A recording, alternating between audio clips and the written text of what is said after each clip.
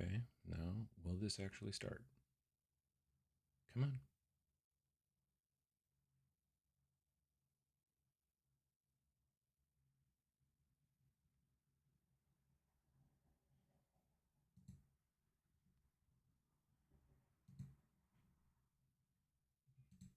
There we go.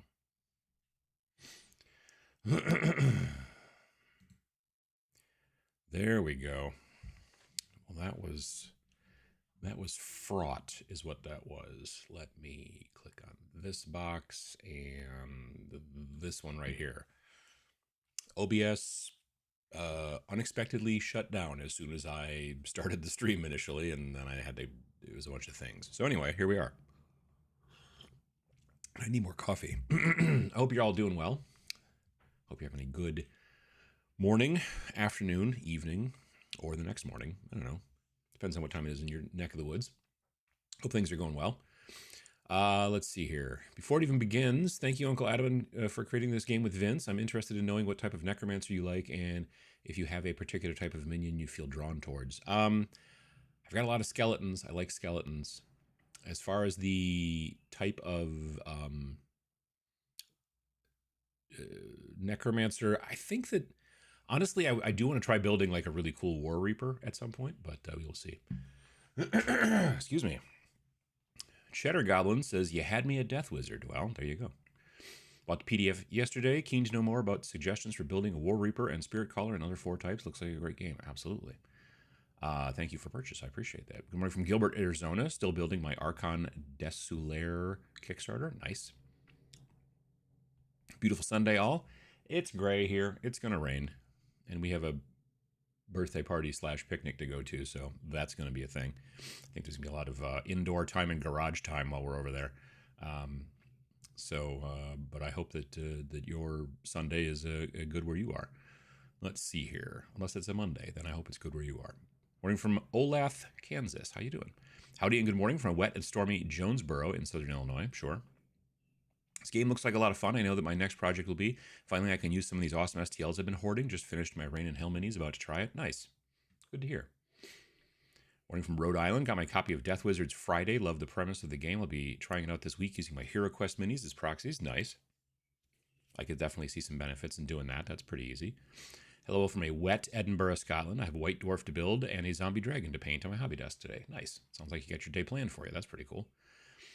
I should give it a go with Black Plague minis. Oh, from Zombicide Black Plague? Yep, they could work pretty well for that, I think. Really enjoy the mini-agnostic aspect of these games. Such a great idea. Well, I'm glad to hear it. I mean, for the most part, it's basically what we're focusing on because it's a lot of fun. And it just allows you to do whatever you want with your miniatures and also use miniatures you might already have, so you don't have to go out and buy new ones if you don't want to. Morning from a cool and damp KCMO. Eagerly awaiting my copy of Death Wizards and cards. Nice, I appreciate that. Stochastic. Let's see. Very wet Ireland. I have a Necromancer from Desulaire that will fit nicely. Nice. Oops, everything moved. There we go. What's a Seth Wizard 5? That's not what that says. Good morning from sunny Virginia. You have an interesting take on game design. I like. Well, good to hear, Rod. I appreciate that. Greetings from Temple Patrick, Northern Ireland. Congratulations on the new game. I appreciate that. Yeah, so far it's doing pretty well. I think that we hit platinum in the first 24 hours, I think. I wasn't paying super close attention because I was asleep when the first 24 hours ended, which would have been 2 o'clock in the morning on Saturday morning. I think I hear a bomber outside. But yeah, it's doing okay. It's selling better than Majestic 13, which we knew going into it. Majestic 13 wasn't going to be everybody's cup of tea because it's about like UFOs and stuff like that. So yeah, so that's good. I'm glad to hear it. Already too wet, Berlin, Germany. Yeah, it must be raining a lot all over. Used to be a video game called Dungeon Master in which you defeated the heroes by populating the aforementioned dungeon with monsters. That was a bit of a inspiration, to be perfectly frank with you. Dungeon Keepers is probably one, and I never played Dungeon Keepers. I knew of it. I think I watched a guy play it one time in a LAN party for a while, but I remember seeing stuff about it. I can't tell you whether or not Vince played it or not, but both of us were familiar with the concept, and that was a bit of an inspiration to us as to kind of what we were doing as far as the whole idea of like basically you're the baddie, and the bad guys in the game are actually the good guys and stuff like that. So JP Got Rockets, how you doing as well? Morning from cloudy Milwaukee. Yeah, it was lovely in Milwaukee yesterday.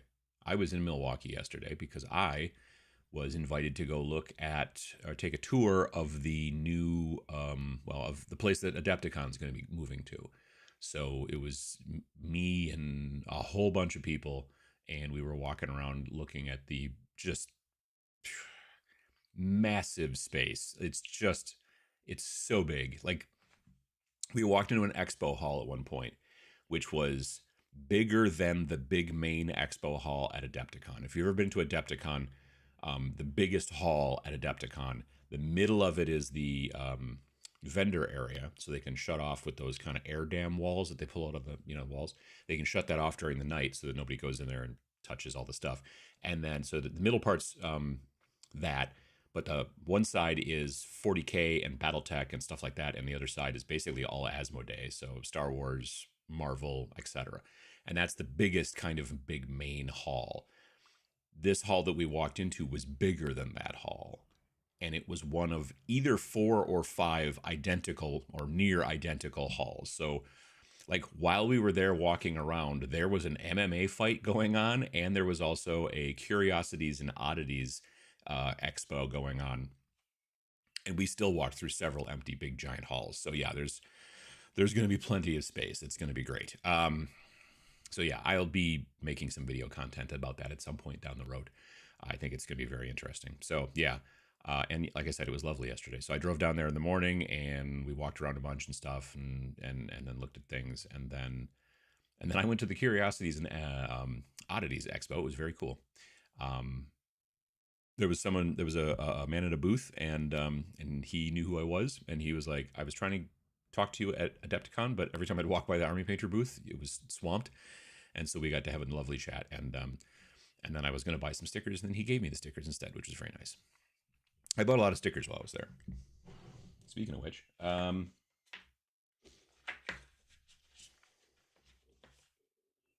like, this is a pretty cool sticker. This one's pretty cool. That was kind of neat. But yeah, so Beast Rec shirts, stickers, and stuff. BeastRec.com. I don't know if you can rec like a WRE. Yeah, but they were very nice. And then I bought a bunch of other stickers, and got Mothman for President, and Gamera, lots of stuff. It was cool. Bought a couple of t-shirts as well. Let's see here. Pocket Dimension, how you doing? Farmington Hills, Michigan. Can't wait to get my order in for the rulebook and the card deck. Nice.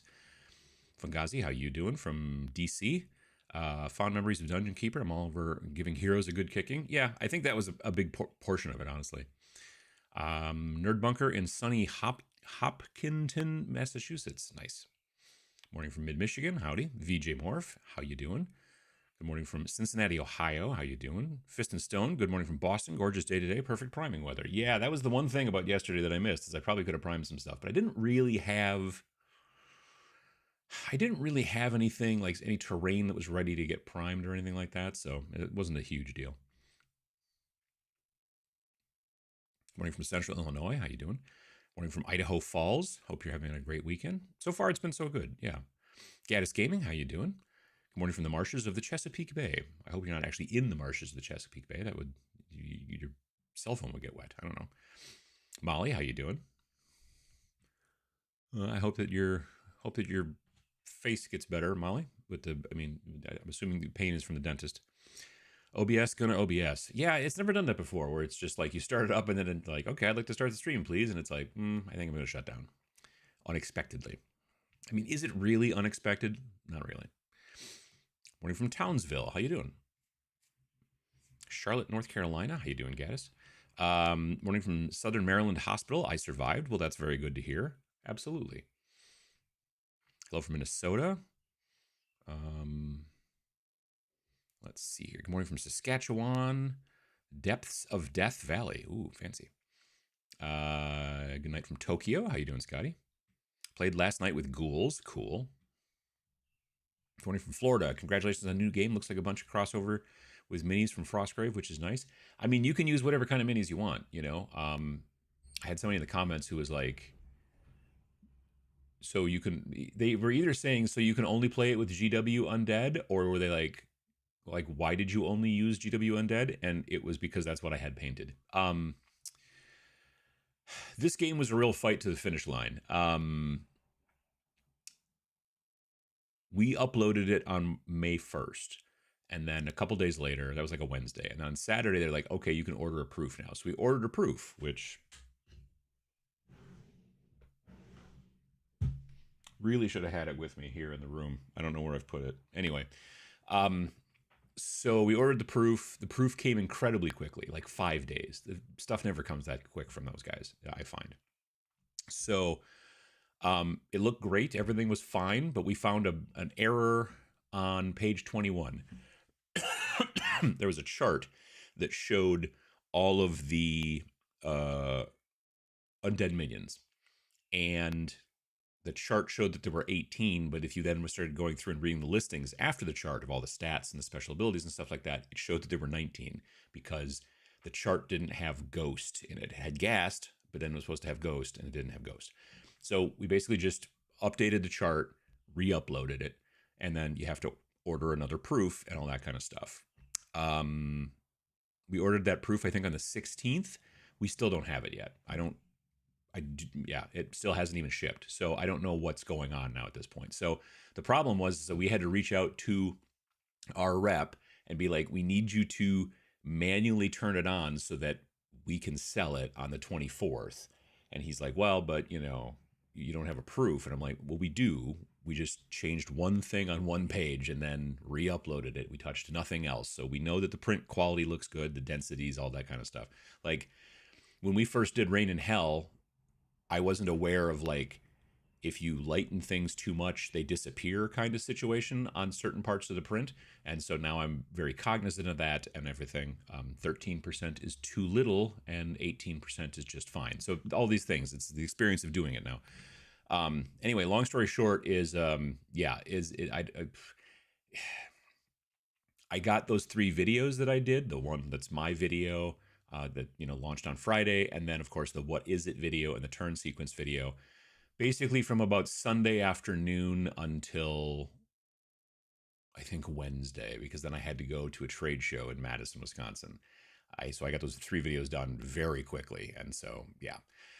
As it turned out, I ended up using a lot of Games Workshop skeletons and things like that because that's what I had painted. So, but you can use whatever you want, Frostgrave stuff, other kinds of stuff. Actually, I just got a package recently from War Games Atlantic. And they have these Foot Knights, 1150 to 1320, which I definitely want to do some kit bashing and messing around with. These guys are pretty cool. I was looking at the sprues yesterday. And then they also sent me Classic Fantasy Skeleton Cavalry and Chariots. So I don't know how well these would work because there's no chariots in Death Wizards and there's really not any skeleton cav. There's skeleton archers. But there's also in the back, it looks like I think there's just regular old skeletons you can make that are not on horses. But I don't know if you want skeleton horses. Otherwise, I know they make regular skeletons too. So, and I had reached out because I wanted them to send me this. This is this Quar's War Clash of Rifles, which I've been interested in for years, and then now it's finally in plastic, so that's also good. But that box showed up while I was at the trade show. Although yeah, I think that's right, yeah. Want to build mechanized automatons? Sure. Good morning from Alexandria. Super stoked for Death Wizards. Well, that's good to hear. Good day. Hello from sunny Toronto. Assembling the Sisters Combat Patrol. Bought the old one before it disappears. I like the old one, but it was those they're so small, and I was like looking at them. I'm like, that'd be kind of cool. And I started looking at how much detail they have, and I'm like, ew. So good luck with that. I'm hoping it turns out well. I just think it's for me, it would have taken a really long time. I think.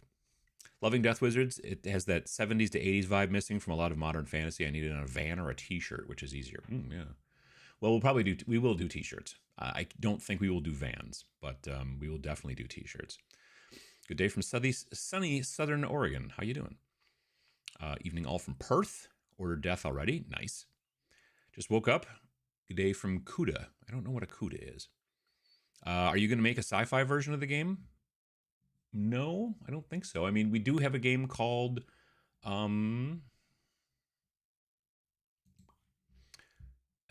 have a game called Space Station Zero, which is a sci-fi game. It's pretty cool. You are a small crew of whatever you want on any kind of sci-fi thing, and you are trying to just go from point A to point B via FTL, faster than light, and something happens and it doesn't work and you don't get there, and instead you end up in this area of space where there's like literally nothing. There's nothing around except for one giant honking space station. Otherwise there's nothing else around. And then you get hailed by the space station, you land there, and then you explore the space station. So every mission is going from like one section of the space station to another, and there are automated defenses, and there are mutants, and there are robots, and there's all kinds of stuff and whatever. And you can have all kinds of different types of crews. There's medical crew that your ship could be a medical ship, could be a shipping ship, it could be a warship, it could be a pirate ship. There's all kinds of different things. So if you're interested in sci-fi, Space Station Zero has been available since 2022, and it's 120-ish pages, 120, 24, something like that. And it's $18 shipping, same as this book. And it's pretty cool. And it's got awesome artwork by Will Kirkby, who is amazing. So we got that going on for us as well, which is nice. There we go, Death Wizards. Main screen. There we go. Let's see. Where was I? Excited for Death Wizards. Already maining in Minneapolis. Been painting up my Bretonian-themed Lion Rampant army, and Skelly opponents should be enough models to try your new game. Absolutely. Oops, everything scrolled. Marshes of Chesapeake Bay. Let's see here. This game has given the flop of Cursed Cities minis a new life. I don't know if Cursed Cities was a flop. It was fraught with problems to some degree, in that like it came out and then disappeared. You know what I mean? Putting together some soldiers for Frostgrave this morning. Looking forward to give Death Wizard a try. Tons of undead minis on the shelf when you popped in. Nice. My hobby today is to pack my entire dorm room to move into my first apartment. Well, I mean, that sounds kind of fun, right? Let's see here. Oh, it moved again. Dang it. Come on. I just saw something that I was about to read. Dang it. Nope. Adepticon. Nope. Frostgrave. Oh, I just want to thank you for getting me into miniature war games. I'm not a new gamer by any means, but now I'm back and playing Bolt Action and Trench Crusade, making an army to accommodate both. Well, cool. Nice. I'm glad to hear that, Red Rock. Congrats on the launch. Love the continued emphasis on solo and co-op. I mean, that's basically genuinely our plan. The only games that probably won't be solo and co-op will be the games in Snarl, because Snarl, when we do that zine, it is really all about trying to make the games as short as possible to some degree, as far as page, we're looking at page count like very strongly with those zines. And when you have to add in AI and like all that kind of stuff, it just adds more stuff to the book or to the game. And so that's why Tanks of the Apocalypse didn't have like a solo component or anything like that. And very probably the next issue of Snarl, which we've started to work on, it also will not be like that, I don't think. Hello from Tuscany, building a real stone wall while listening. Wow. Picked up Death Wizards as soon as the video dropped, thinking about using some Westphalia minis. Oh yeah, I picked up some Westphalia minis at Adepticon this year that I'm looking forward to painting. Good morning from Rhode Island. Just introduced a friend to a few of your games yesterday, and we decided Death Wizard sounds like it would be a fun next game. I'm glad to hear that. I think that people are going to dig it. Hard copies of Death Wizards at TMX? Unfortunately, no. There will not be any hard copies at TMX because we haven't, like, it literally, like, everything at the end, all that kind of happened at once. We will have, Rain and Hell will have Majestic 13. I think that we will have some Space Station Zero because I think Vince is going to bring some in his luggage from home. But right now, because we sold out of Space Station Zero at just our little, box of stuff to take to conventions, we sold out of it at Adepticon. So yeah, so there will unfortunately not be any hard copies of Death Wizards at TMX. We will have one to show, like, so you can take a look at it and stuff like that, but there won't be one there, unfortunately. Which was the plan kind of all along, but because everything kind of went squirrely sort of towards the end there, it didn't, work out. We already had a talk about this, Vince and I, during, I think, our last meeting.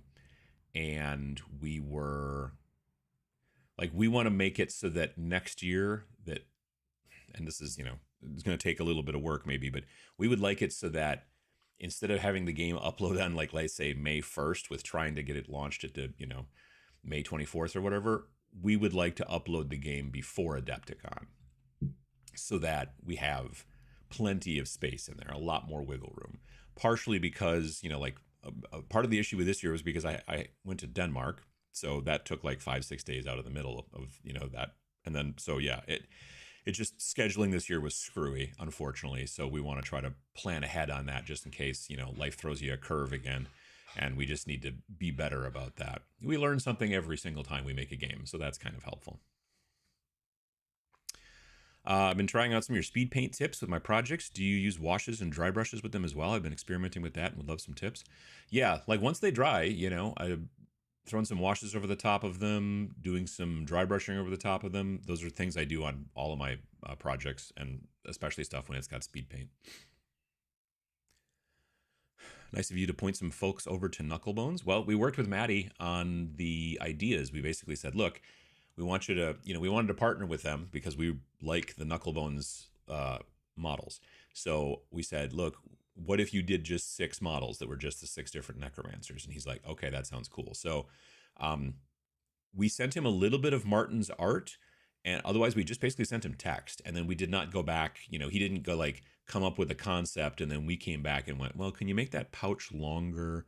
Can you make his face more necromancery? Like, none of that stuff. Basically, he would send us pictures, and I don't think there was a single time where we went, hey, can you change that? He would just send us like renders and we'd be like, yep. And so we've never done miniatures like this before at all. And so we really wanted to do it in a way that was frankly as low impact on us as possible, since we were also going to be launching the game at the same time.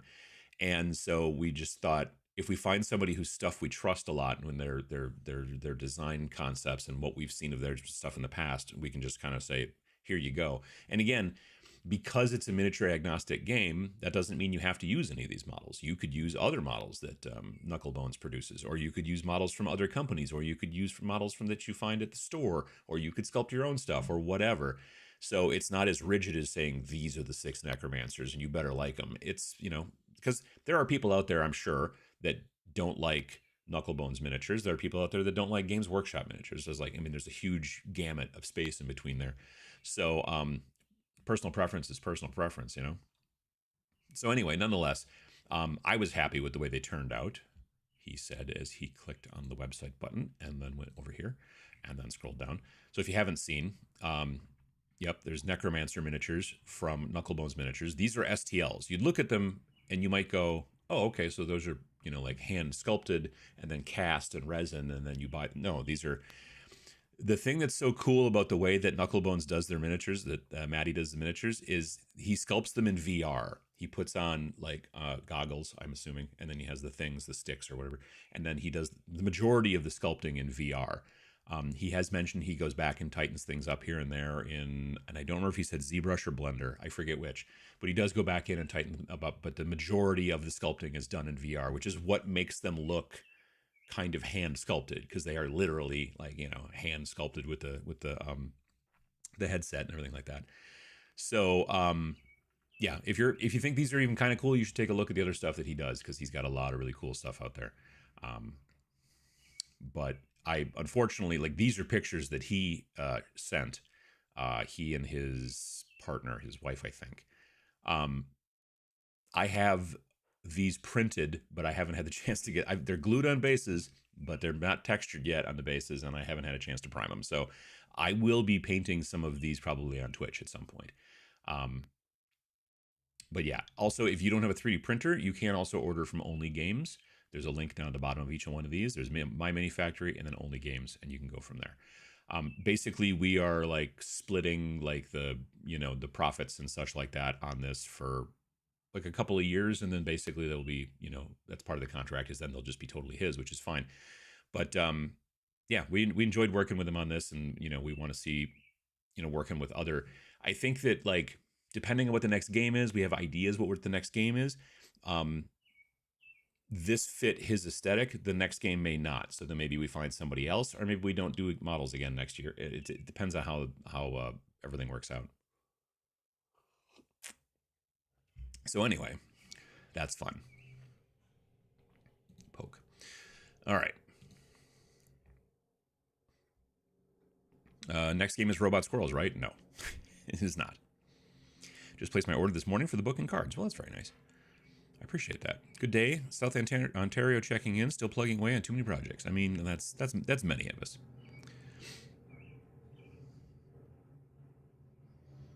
I think the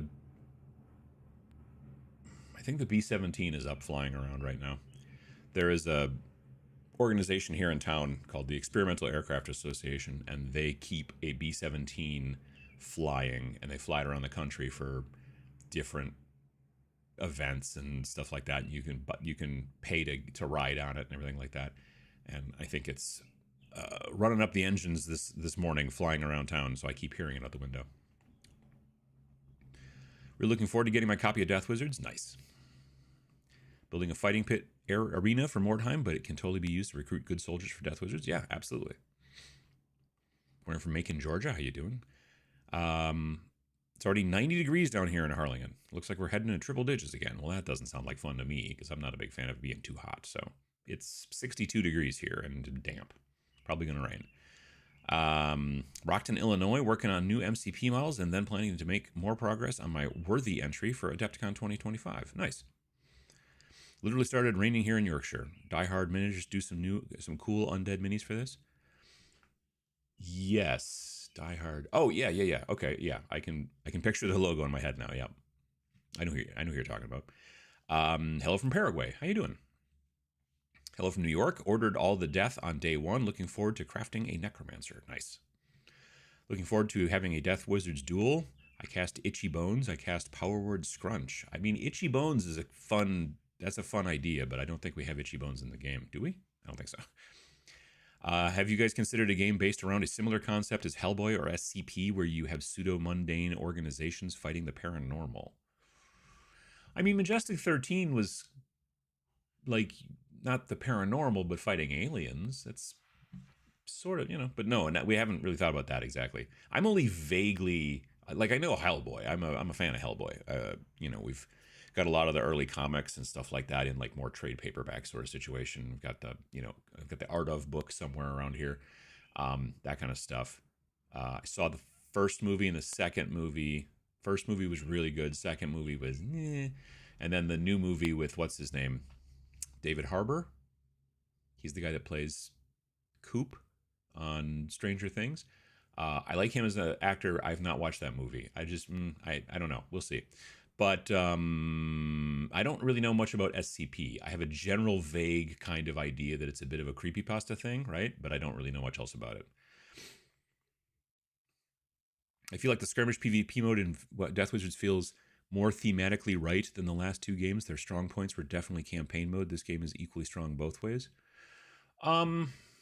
Yeah, I mean thematically, you're probably right because in Majestic 13, we were just basically calling it when you played against team on team. We were basically just calling it like military exercises. And in Space Station Zero, I guess, I mean, if you're a bunch of survivors, you could get into a fight over, resources and things like that too. But yeah, in this situation, necromancers fighting other necromancers seems like, it's on point. Dungeon Keepers was a hoot. There's a board game take on it called Keep the Heroes Out with some adorable meeples. I've not heard of that game. Wow. Death Wizards gives me the vibes of the Tecmo Koei PSP game Undead Knights. I've never heard of that game. I had a PSP. PlayStation Portable, right? Yeah, I had the PSP. Good afternoon from Ireland. Bought the PDF this morning. Any chance of a version with just a plain white background to make it easier to print at home? I don't know. That's a good question. We would have to go through and do a bunch of work.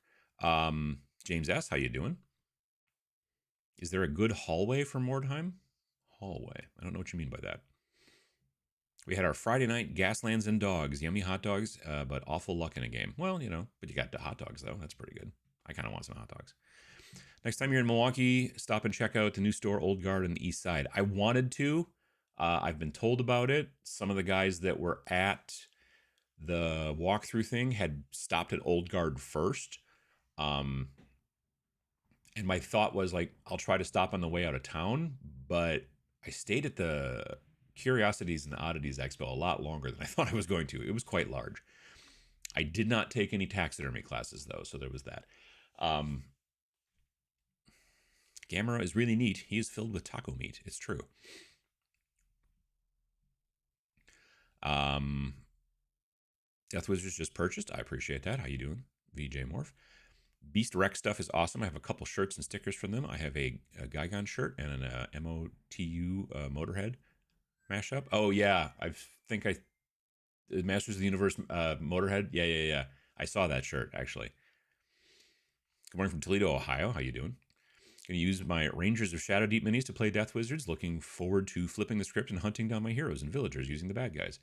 Yeah, I mean that's kind of the general idea, is that it's the flip the script thing, But yeah, models that could be used in Rangers of Shadow Deep, which are basically standard kind of fantasy tropes, will also work very well. I mean, that's the whole point, in my opinion, of games like this. When you make a miniature agnostic game, like, I really love the artwork for Trench Crusade, and I like the rules quite a bit too.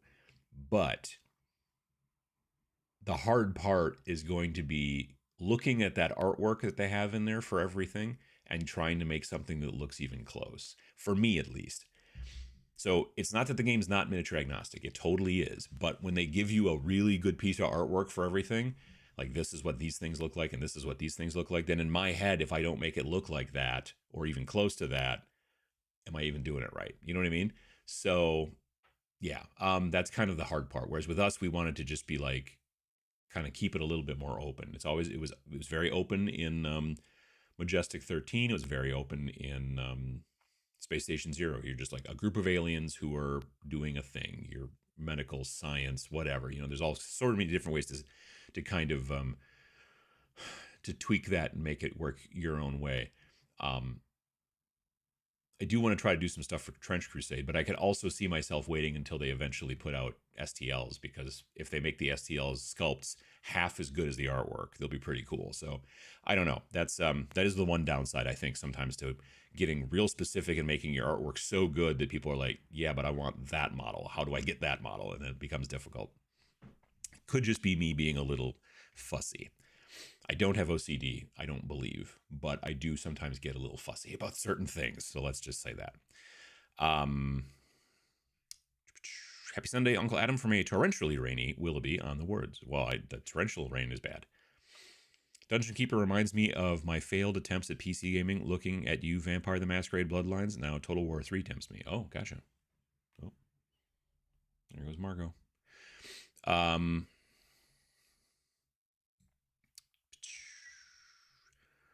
Let's see here. Got a bunch of Hot Wheels for 96 cents each. Nice. Hello from early summer Sweden. How you doing? There's a cool board game called Dungeon Lords. It's the exact same premise: build your lair and defend against the heroes from town. There's a part of this game where there are times when the villagers come to attack you, but it is not a, how am I trying to say this? It's not a game you play. It's almost like a mini game. There's like, you do some rolls and then, so it's in the post game process, right? So like in between games, every once in a while you roll and you find out, oh, the villagers are getting uppity and they're going to come up and try to mess with me. And then you don't play that scenario. You kind of roll to see what the results are. It's kind of like in, what was that game? It was a mobile game for Fallout Shelter. Is that what it's called? I think so. Where you would just send people off and then they would come back and then you would find out, oh, well, they found some cool stuff. Or, oh, 2 of them died, but they also found some cool stuff. Or everybody died and they didn't come back, that kind of thing. It's not something that you experience as it's happening. It's like a thing that's kind of going on outside of the realm. So that's kind of fun. Also love the art and the new book. Definitely great inspiration for kitbashing. Keep up the great work.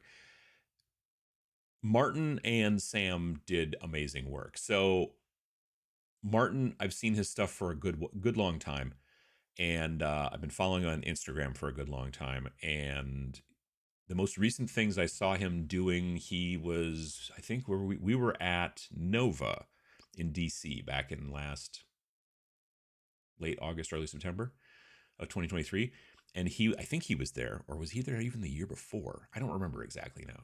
No, it was this year because it was at the new location. Yeah.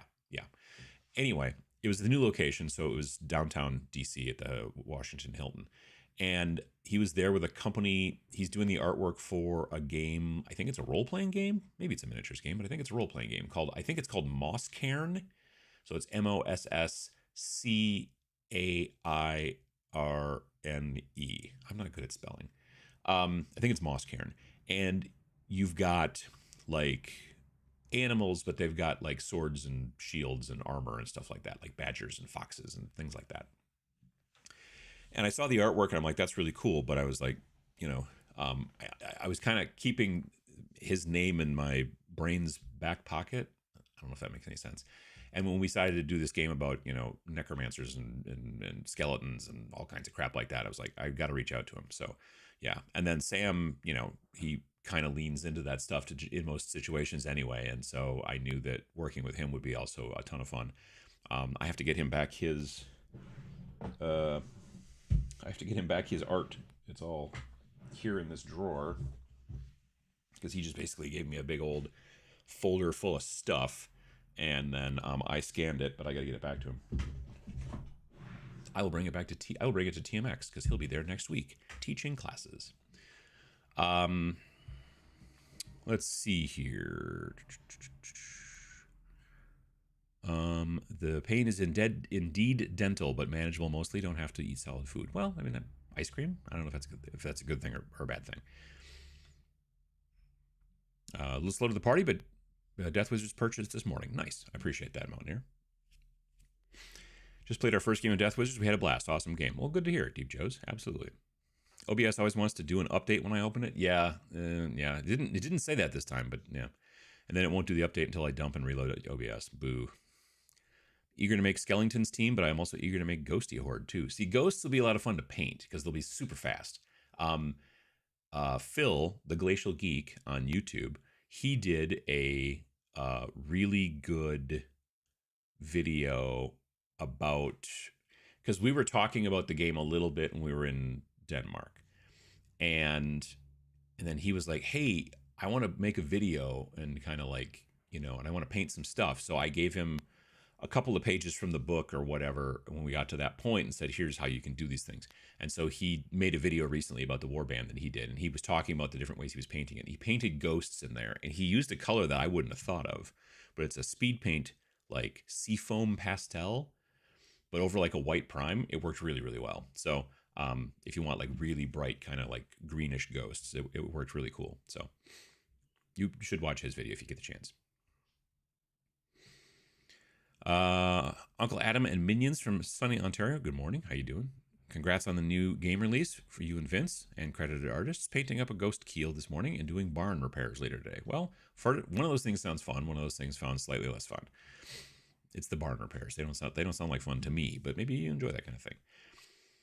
Sounds like you checked the cards quite thoroughly when I asked Vince. Yes, that is literally how we determined that we had screwed up the chart because I had taken, because he's like, because we were on a call and he's like, all right, he's like, counts the chart. He's like, there's 18 monsters. And we started going through looking at all the monsters in the PDF.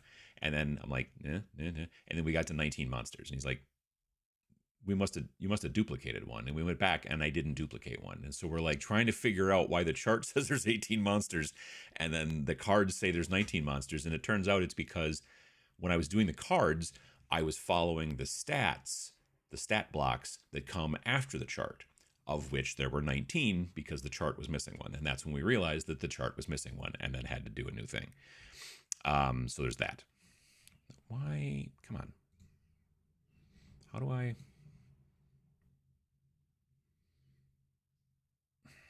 I've popped up a box here in the chat and I can't make it go away.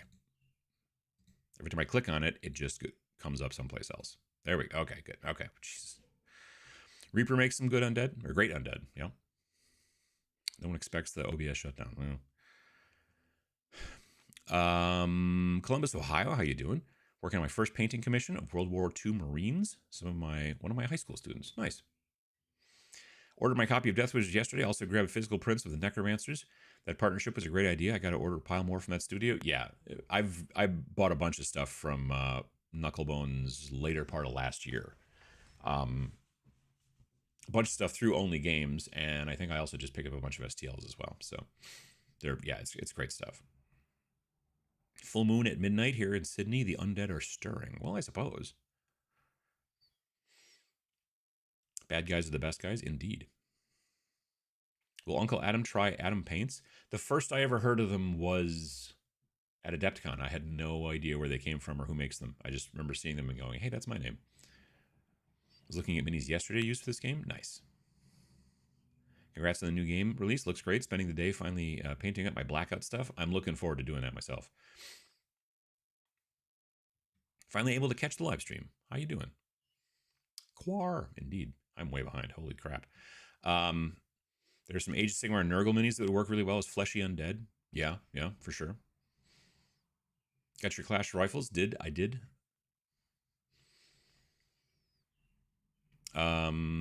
Still pining for those Wargames Atlantic Lizardmen so I can resurrect Strike Team Alpha in 28mm.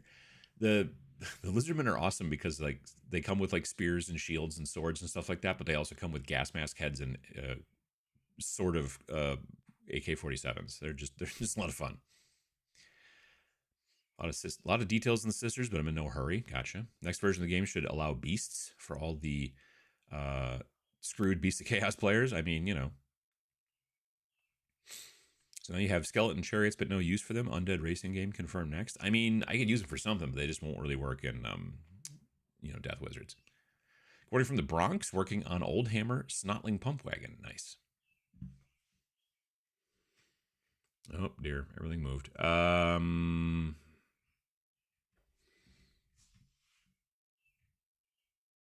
There we go. Clash of Rifles, Wizardmen. Let's see here. Cheers from Poland. Can't wait to get the Death Wizards book. I have loads of basic skeletons and zombies. Need to paint up some other undead dudes. Absolutely. Was the premise for the game more of you or Vince? I know you've said each game's initial idea usually birthed by one of you, and then over the time you've kind of alternated. This was a me idea. So Rain in Hell was an idea that I came to Vince with initially before we even started the company, and I was like, hey, can we make this into a game? And then Space Station Zero was Vince's idea. He had Space Station Zero in his mind as a RPG for like a decade. Majestic 13 was my idea because I am tangentially sort of vaguely interested in UFO type stuff and things like that. So that was kind of my jam. Death Wizards was my idea because I just thought it'd be really cool to have a game about necromancers and kind of flip the script against you. You play the bad guys versus the good guys, and the good guys act as the bad guys, that sort of situation. And I liked the name. Like I came up with a name. I do that a lot. Very frequently, I will come up with a name and then figure out how to make a game for it, or sometimes they happen at the same time. Every once in a while, I come up with a concept for a game and then come up with a name afterwards, but it's honestly sort of rare.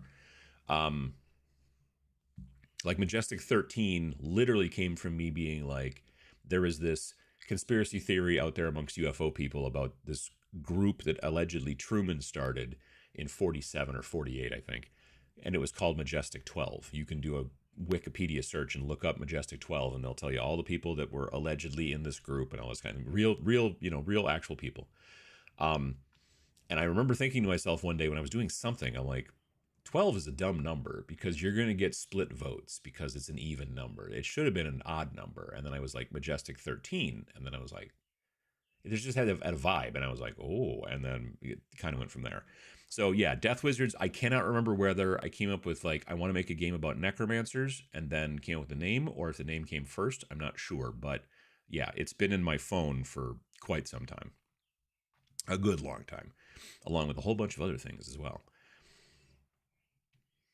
The game for the next issue of Snarl, basically I was like, we had a meeting and I just like threw out like 4 different ideas, and then the next week when we got together again, Vince had grabbed onto honestly the one that I think that was the least of an actual idea, and he grabbed onto that one as like, okay, this is what's the next one's going to be, and then they started fleshing it out, and I'm like, cool.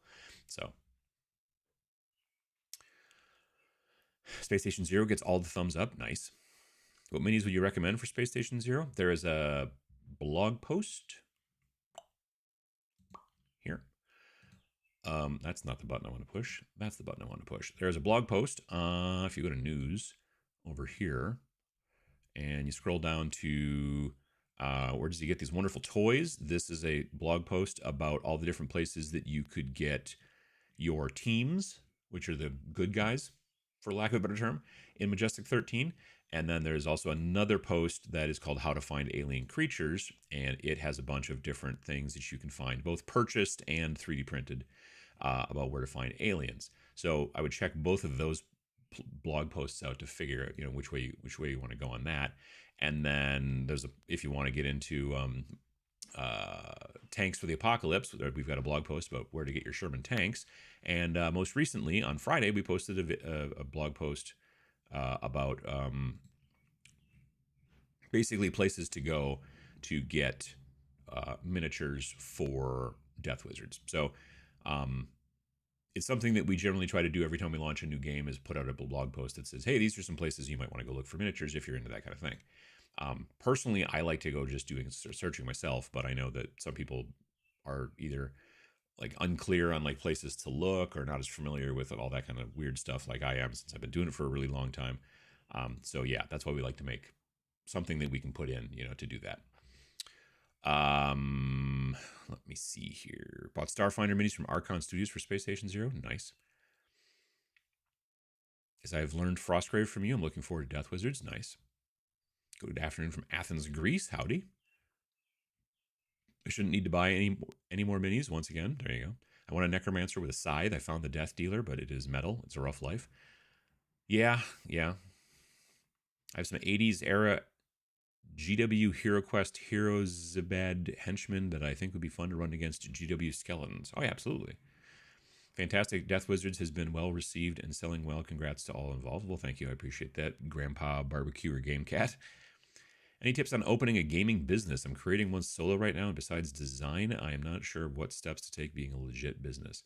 You mean like a game company, like that makes games, or do you mean a game store? If you want to become a game company that makes games, or a game designer that makes games, my best piece of advice is always start by building a following. You need to build an audience. Before you design anything, start making like blog posts, videos, podcasts, something out there talking about gaming, talking about, whatever. Not necessarily talking about your game, but you need a group of people to be able to talk to about your game. If you build a game and put it out there and nobody knows about it, it's the tree falling in the woods situation, right? So instead, what you need to do is you need to, in my opinion, start to build an audience and then start working on your game once you've got a bit of an audience, because that helps. Because if they like what you're saying about whatever it is that you're talking about that is related to gaming, don't build an audience about raising aquarium fish and then decide, hey, you guys want to play my game about skeletons? No, that's not going to, you know what I mean? But build an audience of people who are interested in tabletop gaming and of the type that you're interested in making games for. And then eventually you can be like, hey, that was not our plan. When both of us started our channels, we weren't like, hey, what we'll do is we'll build YouTube channels for nearly a decade each and then start launching games. That was never the plan. But it did work well because we had done that. So that's why I tell people, you want to try to build an audience.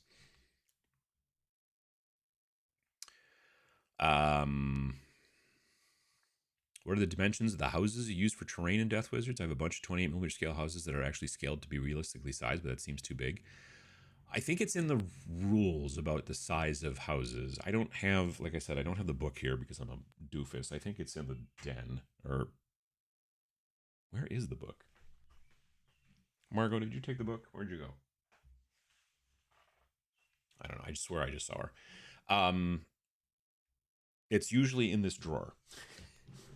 I have Majestic 13 in this drawer, but I don't have it in here. I think it's it's in my backpack because I had to take it with me when I went to Madison to the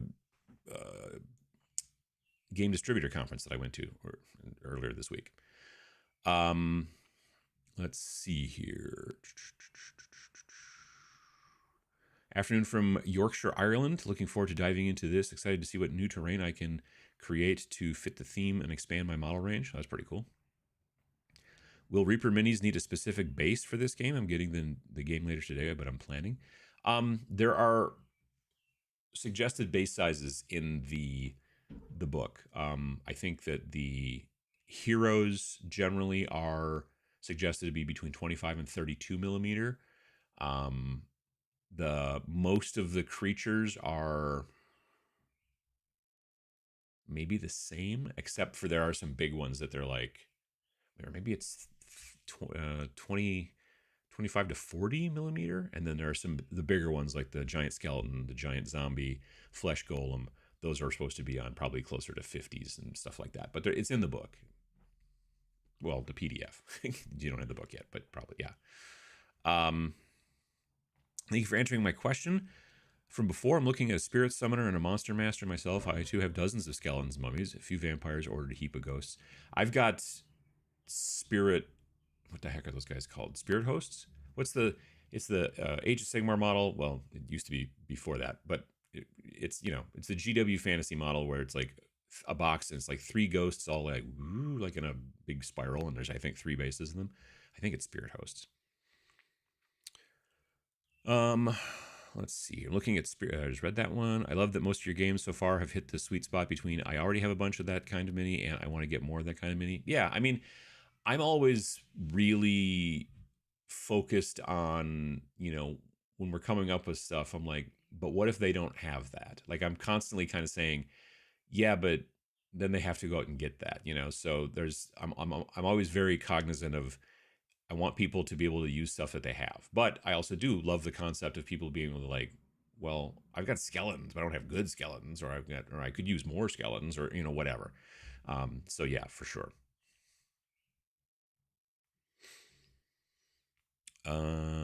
Finished painting my Space Station Zero crew a month ago. Now I have to start Necrohorde. There you go. Got my son Death Wizards for his birthday. He's loving it so far. Spent last night designing Necromancers. Nice. Just remotely cheering at the design process. Well, that's good to hear. Are you going to Origins? No, I'm not.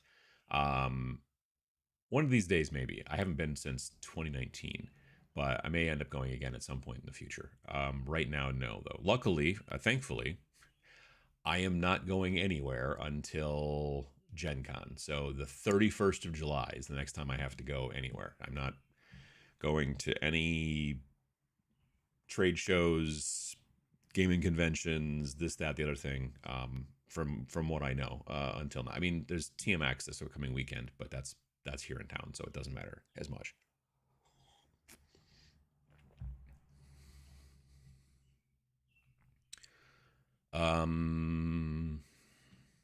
Let's see here. The beauty of modern minis gaming and 3D printing is that it's way easier to find stuff in a style that appeals. Yeah, absolutely. I agree.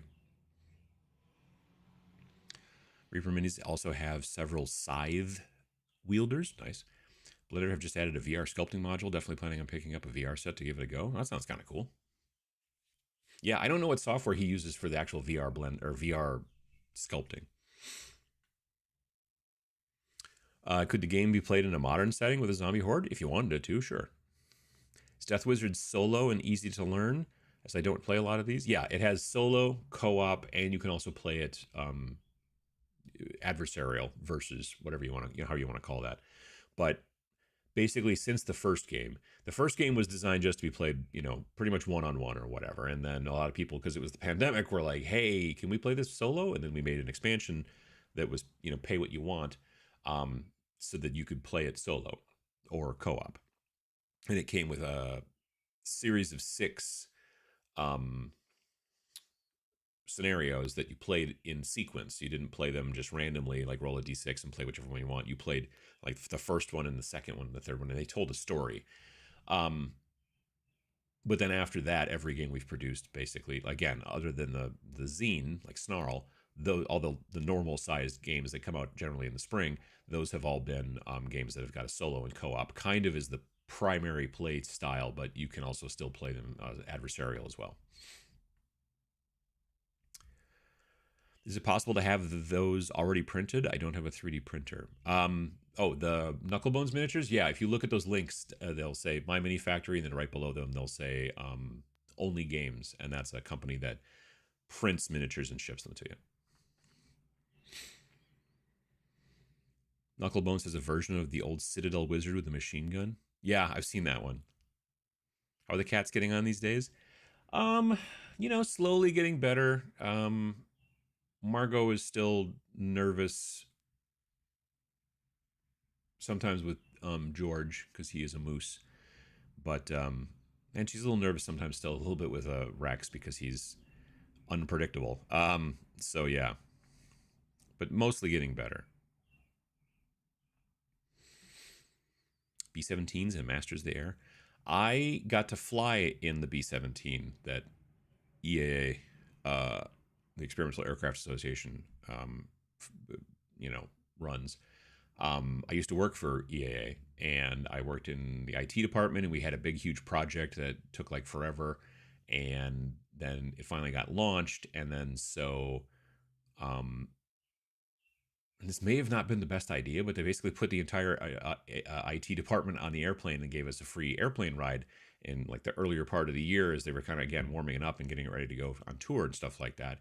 And at the time, as we were flying, we're like, if this plane crashes, EA is not going to have any IT department. That's maybe not necessarily the best idea, but it was still fun though. It was really cool.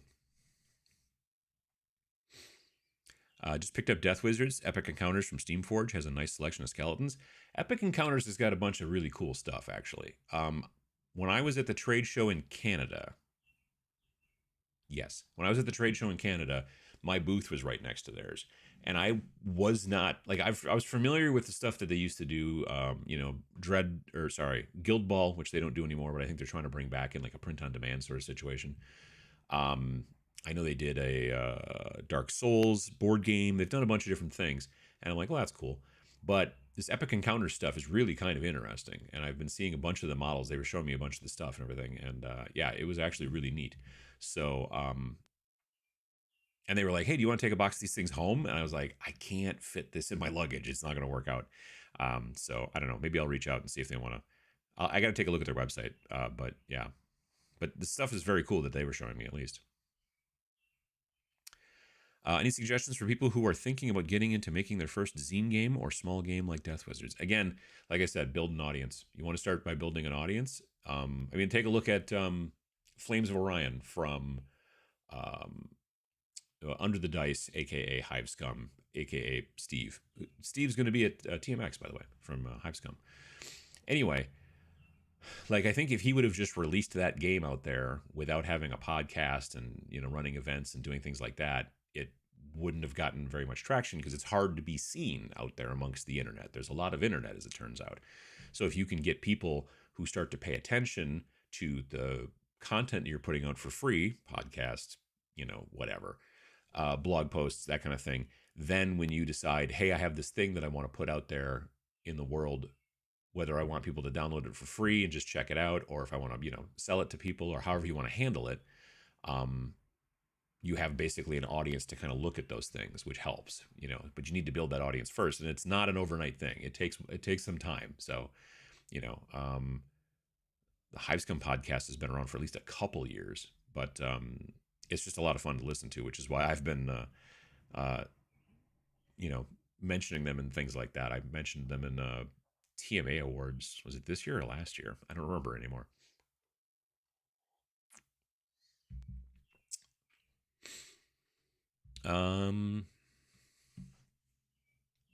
B-17s are one of my favorite warbirds. I hope to get to Oshkosh someday for the EA fly-in. Yeah, it's a big deal. It is. We go from a city of about 75,000 to about 500,000, and it becomes the busiest airport in the world. Whitman Regional Airport becomes the busiest airport in the world for a week. Paranormal fighting the mundane. See, that's flipping the script again, isn't it? If one B-17 is loud, imagine 100 of them. Oh yeah, no, for sure. SCP doesn't work well for game mechanics. How do you wargame eating cake or the world ends or sending people downstairs until they die? Yeah, that's a good point. Again, like that kind of creepypasta thing, right? Local aviation museum in Hamilton has one of only 2 Lancaster heavy bombers left flying in the world. A thrilling sight when she's airborne. Nice. Yeah. Have to lurk at work, but better than no lurk. Well, sure. Absolutely, Joseph. I don't own a 3D printer, and GW minis are out of my budget now, so I'm selling my old stock and scratch building my own minis in terrain. It's taking a little bit longer, but it's a lot of fun. Well, that sounds cool. You're making a good you're making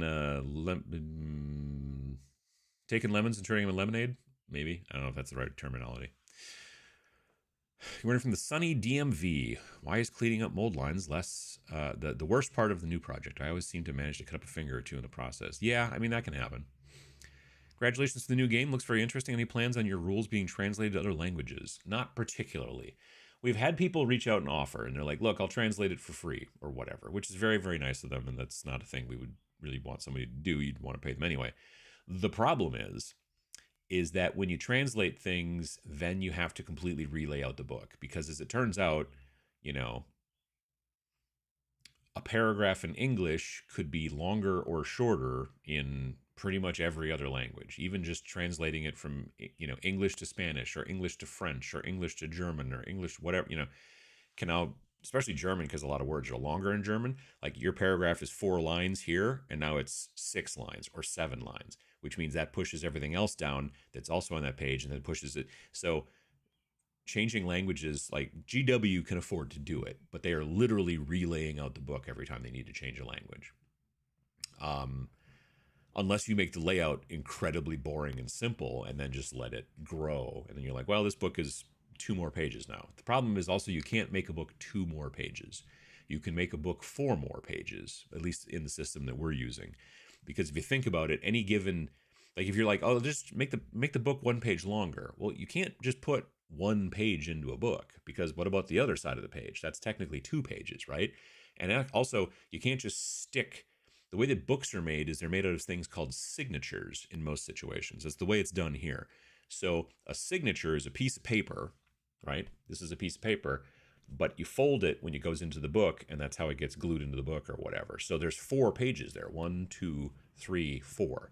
So if you need to add 1 more page, then you technically have to add 4 more pages. So all of these things, which are stupid and nerdy to some degree, are reasons why. Because we've had people be like, well, what if you just do a color version and a black and white version? Well, then we have to pay the artist to do color, which costs more money. And then I have to lay it out twice as well. And now in that situation, there's probably not going to be like shifting stuff. Color doesn't make the page get longer or shorter, but it does go through and make me have to replace every single graphic with a different thing. And if we're going to make the pictures color, well, then we should probably make some other stuff color. And it's just a whole thing. So to keep it as accessible as possible, that's why we've kept it black and white insides, color cover, soft cover, not hard cover, which is why we're able to sell the book for $18 plus shipping,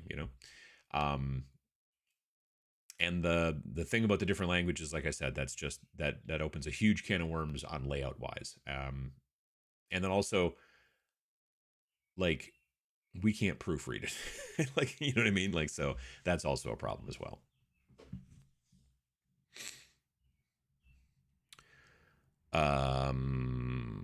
Are you going to make an expansion set in the Cretaceous area called Death Lizards? I was wondering where you were going with that, and now I get it. Not that I plan on. I don't think so, no. How about a game where two adversaries like RoboCop and Batman face off on a football field? Players can customize their characters and engage in intense battles. I don't know. Afternoon from Puckle Church in the UK. New game looks very interesting. Well, thank you. I appreciate it. Noob Painter, how you doing? So why are we romancing Nex? The game concept is strange. I get that. I understand that. I mean, Nex can be pretty nice, though. Unless you're talking about those like little green lizard frog guys that were in Valheim. Those guys I'm not going to romance at all. Those guys, those Nex are gross. Was the resolution mechanic for Death Wizards already disclosed? I'm not sure what you mean, the resolution mechanic, like for how you play and stuff like that. There's a video called Turn Summary on the website. Websites and games and Death Wizards. If you scroll down to here, there's three videos. There's the What Is It video, which is awesome, by the way. I mean, the video is fine. The voiceover is awesome because my friend Crotuck, who is a streamer on Twitch, predominantly, twitch.tv/Crotuck, KROTUKK. But if you watch the video in the description, there's a link there too. Anyway, we paid him to do the voiceover, and he blew it out of the park. It's just so awesome. Anyway, second video, though, is a turn summary that kind of explains at a high level kind of like what goes on in the normal turn loop and stuff like that. When you are like attacking somebody, you roll 3D. Well, it depends, actually. You roll X amount of D10s, and, you know, maybe it's 2, maybe it's 3, maybe it's 4. It depends on the thing. And then for every success, which is basically the defense of the person you're attacking, if you equal or exceed that, then you do X amount of damage, like 1 point of damage, I believe is what happens. So yeah, that's kind of the way it works. And most creatures have a durability. Necromancers don't, because they're basically immortal. But then what happens is necromancers take damage, they start to lose necromantic power, which means that they can't use the necromantic power as much in that turn. So like if you have, let's say, 10 necromantic power and you've used 4 this turn, and then you take 3 points of damage, you lose 3 more. Well, now you're down to only 3 points left. But at the beginning of the next turn, you don't go back up to 10 where you started. You only ever go back up to 3, or go back up 3 more, unless you're already up near 10. Like if you had 9 left, you're only going to gain 1. You can't go above what you had, but you can only gain 3. So you're at this kind of disadvantage where you're getting less powerful as you take damage, but you can't be killed per se. Whereas zombies and skeletons and crap like that, they have a durability, and they will croak. I mean, they're already dead, but you know what I mean. So yeah, so the turn summary video is probably the thing you're looking for that. And then also there's a battle report too, down here at the bottom that Vince did. So if you want to watch that, you can learn all about the different stuff as well. Main screen, there we go. I believe, and we haven't announced it yet, but tomorrow, which is Memorial Day here in the States, so probably a lot of people will be home from work, I'm hoping. But tomorrow the plan is we're going to do a live stream sometime in the afternoon, probably on Vince's YouTube channel. And it'll be the two of us talking and answering questions in the comments and stuff. So as opposed to just me here sitting here talking right now, but it'll be good because Vince can answer all kinds of design questions and fun stuff like that. So,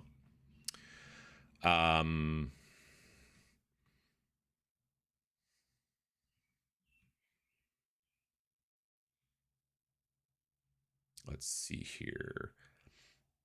I couldn't resist the April issue of War Games Illustrated on account of the sprue of miniatures. Warlord Special Ops Troopers, sweet models with tons of options. Cool.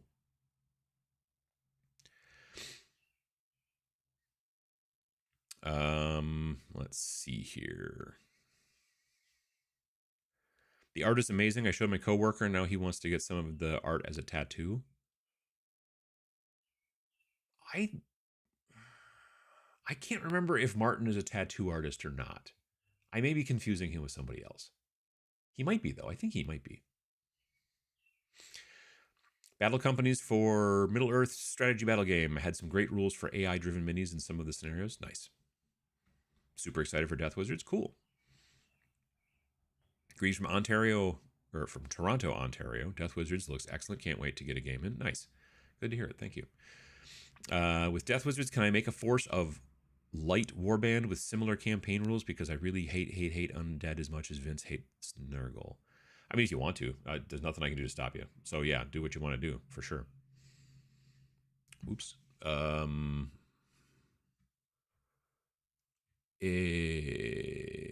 What else? I scrolled way too far. Dang it. Here we go. Morning, Uncle from San Francisco. How you doing? Are base sizes for the miniatures a thing to be considered while playing Death Wizards? Like I said, there's stuff in the book about it, so you can kind of keep track of like what size they should be. And again, it's suggestions. So if you're like, well, sorry, but my skeletons are on 40s. Okay, that's cool. When people ask, we'll give them a suggestion. But again, there's, you do what you do. If you need civilians and townsfolk, look at Thunderbolt Mountain miniatures available from Ralpartha. Oh, cool. I used to see Reaper miniatures at almost every game store about 10 years ago, and now I rarely see them. I still see the plastic ones. I see Reaper bones all over the place, but I don't know if I see the metal ones as much anymore, yeah. You could easily adapt Gaslands for skeleton chariot racing. I mean, Cheers from Austria, painting some Savage Oryx with guns for 40k. Congrats on the new release. Absolutely, thank you. Hi, Uncle Ad. I'm not sure if you heard that new Vallejo model color range has the same bubble issues that the new game color has. Such a letdown by a good company. So happy with the Fnatic line. I haven't heard that about. I mean, I remember hearing someone talking about bubbling, but I haven't heard anything about the new line at all from them. I'm glad to hear that you like the Fnatic stuff. I do too. It's my favorite. Rune Wars core box has skeleton archer, skeleton warrior, skeleton champion, and a bunch of other good guys. Yeah, that's true. Yeah, if you can find it. Majestic 13, Lone Gunman fan. I mean, Majestic 13 is basically a miniature solo and co-op miniature game with also, versus that is basically XCOM and X-Files sort of smashed together. Oops, sorry about the noise. But yeah, that's basically what it is. Happy Sunday. Yesterday we celebrated my fiance's birthday and we offered her $400 for her to buy herself a new combat lightsaber. Wow, I didn't even know that those were a thing. It's like lightsabers you can actually smack in other stuff and they won't break. That's cool. I had never even heard that. That's pretty neat. How many more games do you have plans for? I mean, we're planning on pretty much making games going forward, just pretty much once a year and then the snarls every fall. Written down things in our, oh gosh, I don't know. I've probably got a couple dozen different ideas, but some of them are really the barest morsel of an idea. But sometimes that can be something that I can drop on Vince, or sometimes he'll have an idea that he drops on me and then it can expand and all of a sudden become a thing. So, whenever you have an idea, put it in your phone. You're like, oh no, I'm going to remember that. None of us is getting any younger. If you have a good idea, put it in your phone. Get a little notes pad thing in your phone or whatever. Do something. Write it. If you hate putting stuff in your phone, write it in a little notebook. I got a little one of these, kind of little knockoff moleskin from somewhere. Totally do that. Keep track of that stuff, because if you have a good idea and then you're doing something else and then you forget about it, it's really annoying when you forget a good idea. Hello from Texas. How you doing? So what else is Vince enthusiastic about, just to get a guess for the next game? I don't know. He likes Doctor Who, I think. Pretty sure. He's got a big wall mural of the inside of the TARDIS, I think, inside on the wall in his basement. But I don't think that we're ever going to make a Doctor Who game, because that's a license that I don't think we can afford, which is fine. Name is critical. I come up with game names for at work all the time. Tricky with copyright. Yeah, that's also the case too. Part of the reason it's spelled Death Wizards DETH and not DEATH is partially just because when I typed it into Google, I found almost nothing, and that's also kind of a big deal. If you make a game that's skeleton fight, that's going to be hard for people to find on the Google, because there's probably a lot of other things called skeleton fight or whatever. I don't know. If it was all one word, maybe a different story, but nonetheless. But yeah, Death Wizards was partially because there was the idea of death being the play on words of death being the place and not DEATH. And then also it was also partially just very tactical in that, well, people don't, you know what I mean? It'll be easier to find on Google. Where do you post your games? If you go to snarlingbadger.com, that'll bring you here to our website.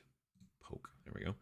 And you'll find here is the big top header graphic, Death Wizards. Here's picture of Vince, although it's an older picture of Vince. He's thinner than that now, and I should update that. And a picture of me. I look mostly like that still. And then here's some of our recent news posts and things like that. And then up here, there's the 4 games that we've produced so far: Rain and Hell, Space Station Zero, Majestic 13, and Death Wizards. And then we also have the zine that we put out now. The first time we did it was last year, November of 2023, and the zine is the official zine of Snarling Badger Studios, and the first one included a mini game, a micro game if you will, called Tanks for the Apocalypse. There was also an add-on for Rain and Hell and Space Station Zero. And here's a battle report for Tanks for the Apocalypse. Here's what is Snarl, that kind of thing. You can click here. This is PDF only, whereas the other games like Death Wizards, for example, you can buy PDF only, or you can buy the printed version and get the PDF for free. But there's also a card deck that I do have here. So they're tarot-sized cards. They're not a requirement to play the game, but they're just kind of a nice to have. Like, here's the 3 different layers. You get your sewers, your cave, and your hovel, and that gives you all the stats and information. So you have to dig through the book while you're playing to go, what's the benefit that I get? Oh, easy access. Yeah, right. You have cards for each of the heroes. So this is the priest card, has all the stats and then their specials. And then in the back, it has their kind of like AI, like what they do when it's their turn in the game. And then there's 19, not 18, different minions, giant zombie, mummy, ghast, etc. And then these are add-ons to your lair. They're known as impedimenta. It's a fancy word we looked up on a thesaurus.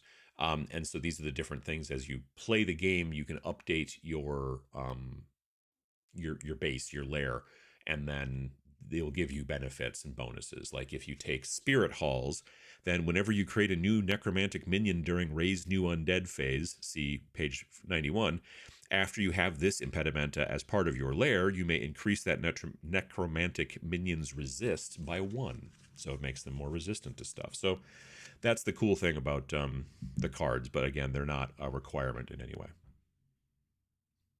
I probably should have had the screen on so you could see more of that. Sorry. Anyway, Peachy discovered Frostgrave. He should know about your games. He and I have had a conversation. Well, email, but yes, I'm going to be sending him a copy. Was Space Station Zero inspired by SS-13 at all? I don't think so. Again, that one was a Vince idea. But I don't know what SS-13 is, but maybe he knows. Spirit Hosts, yep. Just woke up after catching a few Z's after an unintentional all-nighter building and priming the new Darktide box. Oh, yeah. Ghost Origins, JP Got Rockets, sure. Congrats on the new game. Just pre-ordered it and looking forward to playing. Awesome. Well, it's not a pre-order. Like you basically, if you order it, they'll print it and ship it to you, but you also get access to the PDF, so you can start reading it right away. I think on the website it might be helpful to have the blog post linked on the game page if it's not already. Older games post already getting buried. Maybe that's not a bad idea. How about going to a concert? I don't know. I need skeletons for basing material. Used up 2 boxes of Warhammer Regiment skeletons from the late 90s. Sure. Let's see here. I can also see the setting Death Wizards on a low-tech sci-fi world. That could be, yeah. I did poke it in the terrain section, but no suggestion on the actual sizes of the scatter, unfortunately.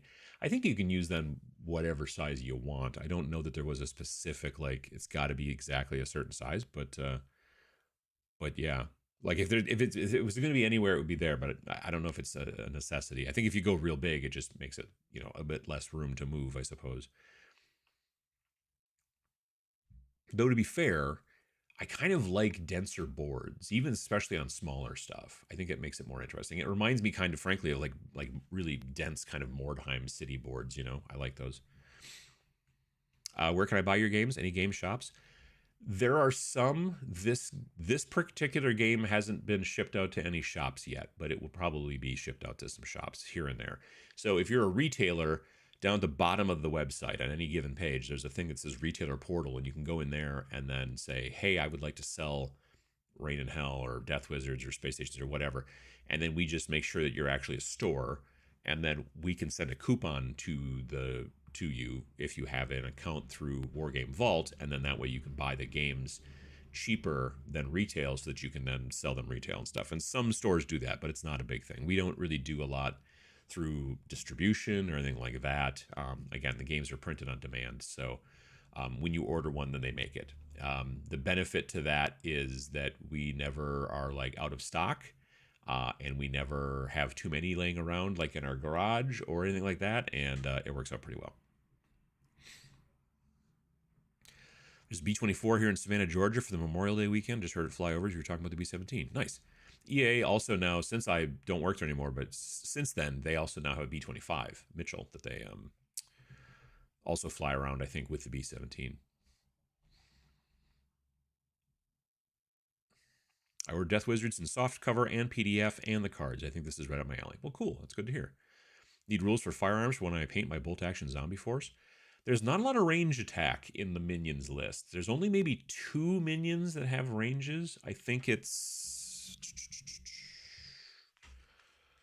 well, skeleton archers match, you know, that makes sense. Skeleton archers obviously would be, you know, arching. And then the Spectre, yeah, I think the Spectre is the only, yeah, it's these two right here. It's the skeleton archer and the Spectre are the two that actually have a range stat as well. Spectre has a range at 10, and the skeleton archer has a range of 15, and that is inches. So yeah, I really wish I had the book here. What the heck did I do with it? Like I said, I think it's in my backpack.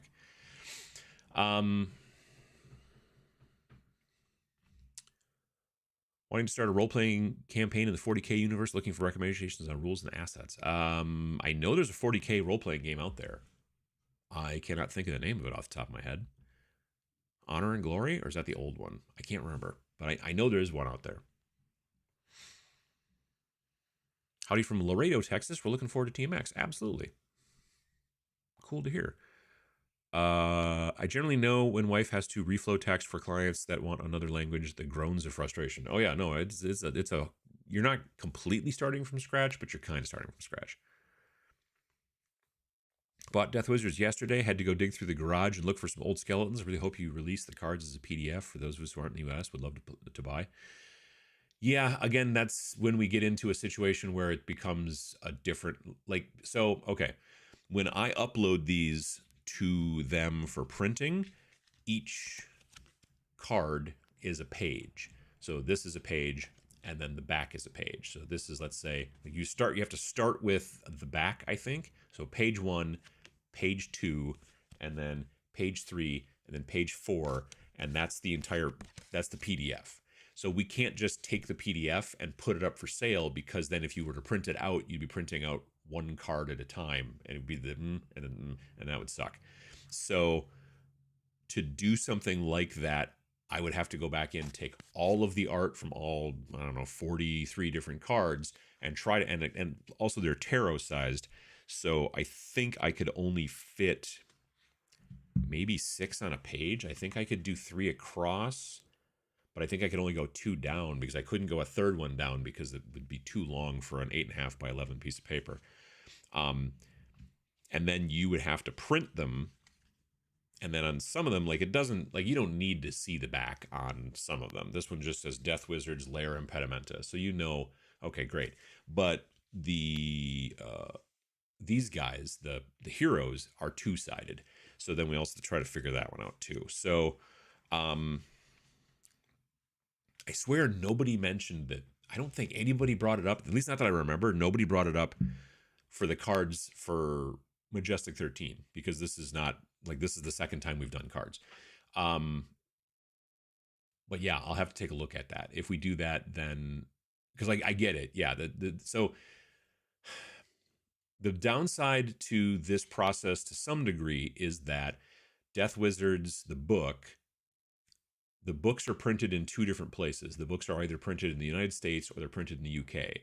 So people over in the UK and Europe and stuff like that don't have to get a book shipped all the way from the States. They can get it. They buy something. It gets printed in the UK and then shipped around there, which is sort of nice. I wish that this company would get a place out in Australia or Indonesia or somewhere out there. I don't know, New Zealand, something.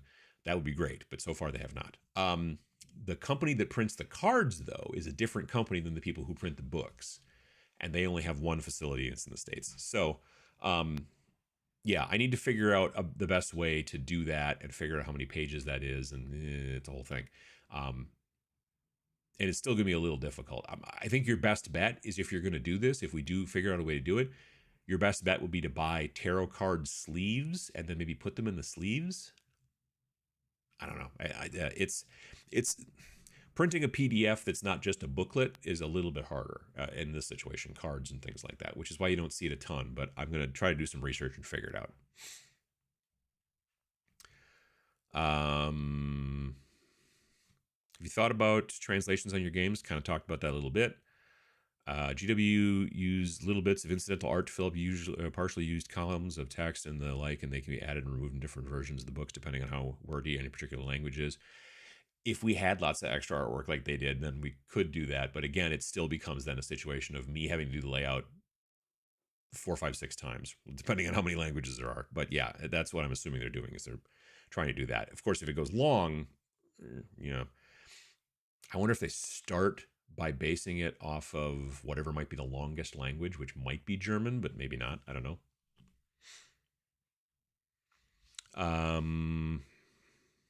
Let's see here. Really excited to try this game out. Planning to do some Lich King inspired Necromancer. Nice.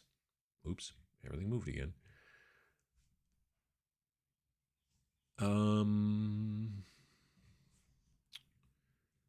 Spirit Hosts. I saw that. Remember that. Game shops. Nope. We don't really do that too much.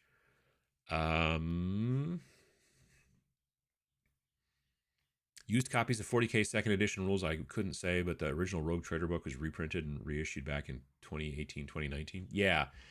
You could only get it through, I think, Forge World. I picked up a copy at Adepticon, like at the Forge World booth of the reprint of Rogue Trader.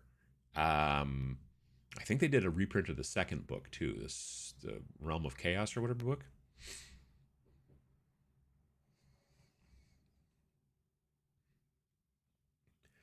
I ordered the game and the cards this weekend. If I can work out the logistics for filming a skirmish game in a reasonable way, I'm hoping to play it on my channel. Nice. That's pretty cool. Can you post the link for that live stream with you and Vince in the Discord when it's live? Yes. Yes. If he posts it ahead of time on YouTube like I do, then I probably can post it before it starts, and then it'll give you the countdown like the every other Sunday show does.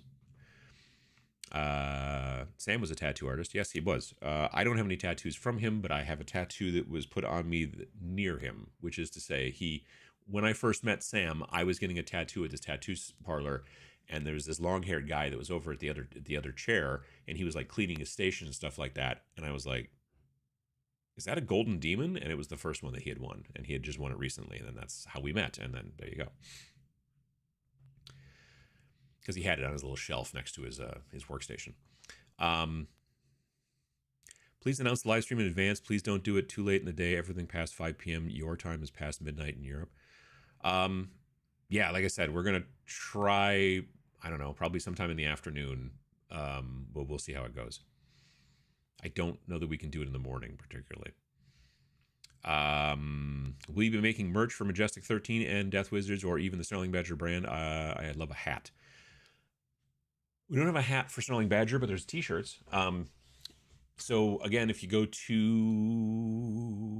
websites, if you go to merch up here, come on, merch. There we go. So yeah, there's stuff for Rain in Hell and for Space Station Zero. I have stuff done but not published yet for Majestic 13. Part of the problem is that we decided we were going to make 13 different shirts for the different factions, and that's taking some time. Well, it took some time, and then I stopped, and I haven't been able to work on it for a long time, so I've been doing everything else. So part of the plan also of getting... So I have 3 main plans for this summer. June 3rd will be the Monday after TMX. June 3rd, I'll stream at night, my normal time, 7 p.m. Central Time on Twitch. But I'm not doing anything else the entire day. I'm going to like watch some movies, or I don't know, maybe I'll paint some stuff for me, you know, that kind of thing. It's been a long almost 3 months. So June 3rd is going to be a day of rest, and then streaming in the evening. After that, then, like I said, I'm not going anywhere until very end of July. I'm leaving for Gen Con on the 31st of July. So my 3 main things I'm working on this summer are, I want to make some really cool terrain stuff and make terrain videos about it. I have things planned. I have things started, so that's in motion. I want to work on merch, both for this, for the the Snarling Badger store, and also for I want to move my store over to this system. This system is called Fourth Wall, is what we're using for our shop.snarlingbadger.com, and I want to move my merch over there too as well. Anywho, what else? Then the third thing is I'm working on the basement because I want to get out of my stupid studio before the end of the year. The windows in my stupid studio, in theory, are starting to go in on Tuesday. We shall see. But that's what I've been told. But anyway, so yeah, so these are all plans, is what they are.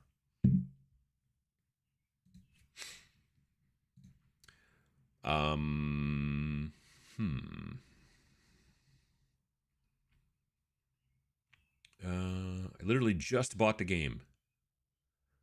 Yogurt pants. Thank you very much. I've been watching you for years, and this is the first Snarling Badger game I'm in on. Thanks, man, for all the sweat you put into this and your videos. I appreciate that. Thank you very much. Let's see here. Anyone try airbrushing Fanatic yet? See, I haven't, because I just use the airbrush paints personally. I should probably give it a try, but I think the trick is that you end up having to then thin each paint, and each paint you're going to have to thin differently depending on the color. Because some of the colors, they say that the colors are, depending again on the color, between 300 and 700% more, I'm getting dark over here. Between 300 and 700% more pigment than they used to. And again, some colors have more, some colors have less.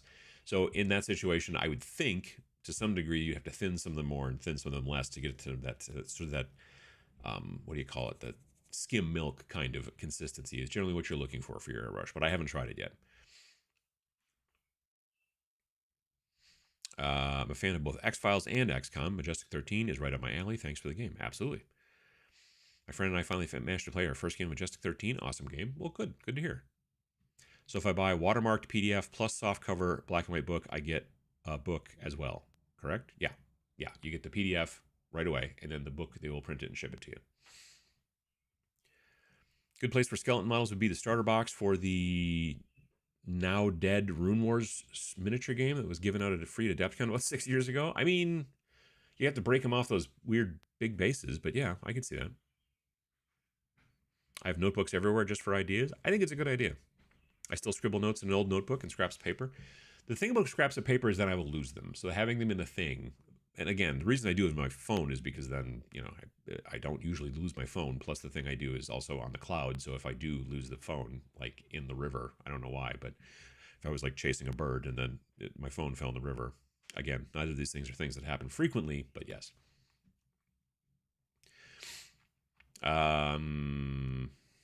Is it bigger on the inside of his house than I don't know, maybe a little bit. I mean, I've been there. It doesn't seem that much bigger. Maybe the basement is bigger though. What's this Majestic 13 game? Majestic 13 is a previous game. It's the game we made last year from Snarling Badger Studios. Lead your team of secret soldiers against the forces of an alien menace in this miniatures agnostic wargame of Earth defense. So again, there's a PDF. There is this is the thickest book we've made. This one was 144 pages. It's also an add-on deck, and basically you are a team of 5 soldiers, military-ish type folks, whatever, who go up and try to save the planet against, like in XCOM, sometimes, oh, there's aliens, they landed here and stuff. In this situation, in our game, it's predominantly one alien that lands, and they're very tough. So it's a very asymmetrical game where you are, 5 people fighting against a single AI kind of opponent sort of thing. But there's also information about that. You can go to Majestic 13 Gesundheit. Majestic as well. Majestic13game.com, or just go to snarlingbadger.com and you'll find it. So there's that too. Home, and we'll go back here. Okay. Let's see here. New to Warhammer, trying to figure out a Tyranid paint scheme. I'm stuck. Any insights on how to figure it out? Do a Google search, a Google image search for colorful bugs. I mean, if you want them to be colorful, or colorful lizards, you could do that too. I made a video years ago about looking for color inspiration from, from bugs, lizards, nature, basically. That'd be something to take a look at. Or you could just type in Tyranid paint schemes and find something you like. I did that for my Imperial Guard. I basically just looked at a whole bunch of different Imperial Guard paint schemes and then finally was like, I like everything about this, but I don't like that. So I'm going to change that, and then I'm going to just use that as kind of my paint scheme. And again, it wasn't a situation where they had like an actual recipe where it was like, oh, you have to use this color and then this color from this manufacturer and this color. It was just like, here's a picture of it. And I'm like, I like that, but I don't like the helmet. So I'm going to change that, and then boom. So that's the best way to kind of go against those things, I think. Let's see here. Majestic 13 is a game about secret war against alien infiltration and invasion. It's pretty close. Yep. Do either you or Vince like crunchier games? Do you plan to stick to the simpler format you've both developed, or will you get into some higher detailed crunchier games? I don't see us making crunchier games particularly. Vince likes to play Age of Sigmar, and he also likes to play, he has been playing some of the new, it's the old world, the new old world, you know what I mean?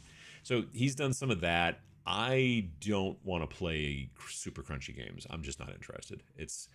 I used to do that. I mean, a little bit here and there, everything kind of like, but these days I just want my games to be more streamlined and simple, and I want to have more fun with the models and things like that, and have a good time playing, as opposed to being like, well, this, here on page 760 it says that I have to do this. And that's just not for me. So I doubt we will do that as well. It would take us a lot longer as well to produce a game in that fashion, obviously. And also, generally, those games have a tendency to be much more army-oriented, and we focus predominantly on skirmish. And again, kind of the guiding principle is really about accessibility. And I think it's a way easier for someone to get into one of the games when you're like Majestic 13, you're like, you need 5 guys, and then you need an alien. That's pretty much about it. You know what I mean? Like in this game, you need a few more models than that, obviously. You need more heroes to some degree. You need more... when you start out, you can start out with a very few amount of models. Like if you really want to go heavy, you can start out with a real low amount of models. You do run a bit of a risk of making it so that if those models get wiped out, you're having a harder time, But because the different creatures, the different undead minions have ratings. Stuff like... so you got rating 1, 2, 3, or 4. And when you start out in your very first kind of horde, as we call them. So the first game, Rain in Hell, it was a cabal. That was your war band, cabal. And then second game was your crew, because Space Station Zero, you were your crew on a ship. Third game, we've referred to those folks in Majestic 13 as your team. So you've got cabal, you've got crew, you've got team, and now here in Death Wizards, it is horde. So when you're building your horde in this, you start out with 7 rating worth of minions. So you could go with 7 zombies if you wanted to. Or you could take a revenant who's rating 2 and then 5 zombies, or, you know, whatever, however that combination is scored. That's basically how you do it. And then as you play, you keep adding stuff. And you can also build your roster past what you can take in any given mission, but that allows you then to change and be like, okay, well, you zombies stay home. I'm going to be bringing these guys. And you. So yeah, it's kind of interesting that way. Death Wizards is perfect for me. I have a vast collection of miniatures that will provide tons of options for all the game types. Reading the PDF now. Nice. Good to hear. Do you have a good paint scheme with Warpaint Fanatic for Zombie Flesh? I need to paint my Resident Evil board game minis. I've been using the airbrush paints because they've got like necrotic flesh and stuff like that on the in the actual airbrush line, and I've been just using like a dark primer and then just doing zenithals of those, like those colors. They've got a line of there's 3, and it's like I know one of them's called necrotic flesh, and I can't remember the other 2, but they're in there. I think there's necrotic flesh in the Fanatic paint line as well, but I can't remember off the top of my head. Like I said, I have a tendency to do a lot of airbrush to start and then speed paint and wash. I don't do as much layer painting, which is to use, Fanatics straight off the get. But I do when I'm going back through and covering up details and stuff like that. But it depends, yeah. But I don't have a great, like, off the top of my head recipe on that. Should have called it Megadeth Wizards. I think we would have got sued. Should we expect the same format from Snarl going forward? Mini expansion for 2 games and a micro game? Potentially. I mean, there'll definitely be a micro game, and then there may be 2 expansions. Maybe there'll be 3. I don't think so, though. Probably be closer to 2. Or also maybe 1 big expansion and then a micro game. But the idea is to put it like a micro game in each one of the Snarl things and then put in. I think that there's not as big of a benefit to us making a thing that is just add-ons for games that we've previously sold, because if you haven't bought those games, then that's not interesting to you, as a customer. But if you look at it and go, well, for $8 I can get this cool micro game or whatever, and then be like, oh, that's neat, and then also maybe get some extra information for a game that you like, or maybe you're like, well, I've been thinking about Space Station Zero, and here's this information for more gear and weapons for Space Station Zero. Maybe I should pick up Space Station Zero. That's, to be fair, kind of part of it as well. Is this loosely based on Frostgrave? No, I wouldn't say so. I mean, Frostgrave is a game where you are a group of treasure hunters, right? Going into... So Frostgrave is... I forget what the city was called before, but is referred to as Frostgrave now because at some point there was some sort of magical mistake or accident which froze the entire city for 1,000 years. I'm totally pulling this out of my brain, and I could be wrong on that, but I thought that was the original story of the game, was there was the city, there was lots of magicians, and it was really cool, and then there was some sort of accident, and it froze everything for like 1,000 years, and now it is starting to thaw out, and so you as a treasure hunter and your group of treasure hunter friends are going in to try to find treasure, cool magical crap and stuff like that, pull it out of there. But there are undead zombies and also other creatures and all kinds of crap that are also starting to thaw out, and so you're kind of going up against them. Plus, if you're playing, obviously, against friends, well, then it's your treasure hunting group versus another treasure hunting group, which, if anything, has got ideas pulled from Mordheim to some degree. With our game, you are a necromancer. You're this person who's been interested in necromancy, and you grew up in the land of Deth, D-E-T-H, not D-E-A-T-H, which was a lovely, normal kind of, fantasy trope sort of kingdom. You were exiled for being too spooky, basically. Go cut that out with all the digging in the graveyard. And then you raise yourself a group of undead and then come back and go, well, let me show you something. And so that's basically that. That's the difference, I guess, in that situation. Also, I'm 98% sure they use 20-siders as kind of their base, like attack and whatever kind of type die. We use 6-siders and 10-siders and such like that. And it's it's a different thing in that sort of situation as well. Jordan Sorcery did a recent video on Steve Jackson games, micro games from the 70s and early 80s. Some I remember, some I forgot. Oh, yeah, I should watch that. Remember Battle Beasts? That might make a cool game presence. File off the serial numbers and away you go. I don't remember Battle Beasts. Was it a cartoon? Hey, from Germany, just made it. Designing my own my Star Wars Armada rules for 3D printing. Nice. Just ordered the character set Death Wizard's game to have printed if they give a 15% discount. Game us next one, so I got answered. No, that's cool.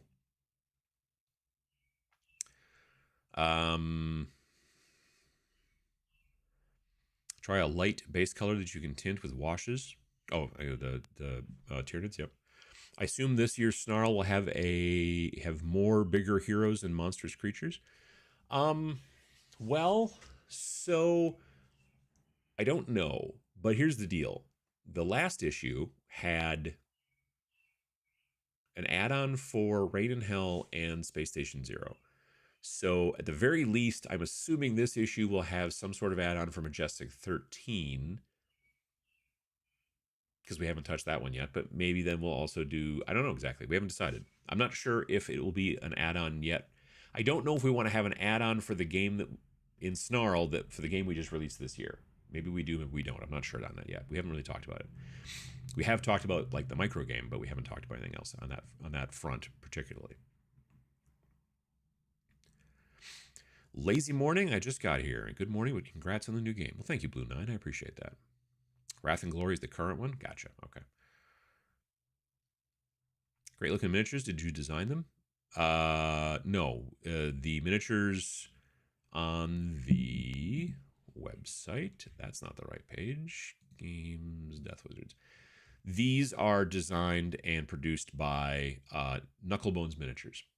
And so basically we told them, look, there's 6 different types of necromancers. We gave them some access to some of the art that we had kind of early on from Martin, and kind of just gave them like a paragraph of each about like what they are and what they kind of do and that kind of stuff.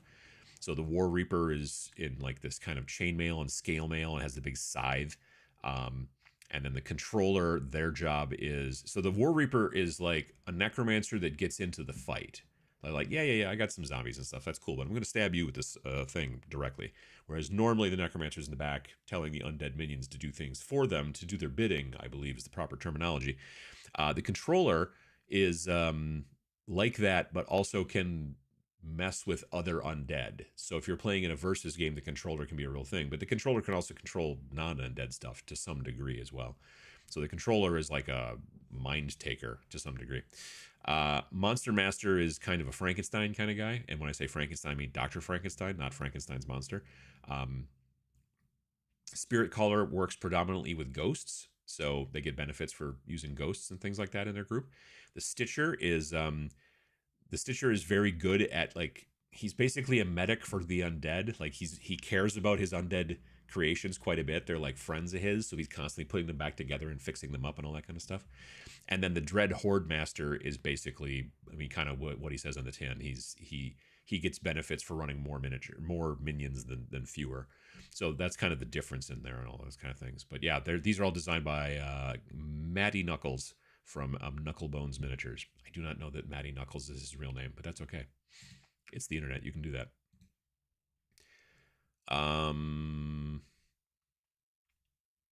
Let's see. Just dropping in between family shenanigans. Have a good Memorial Day, all. Indeed.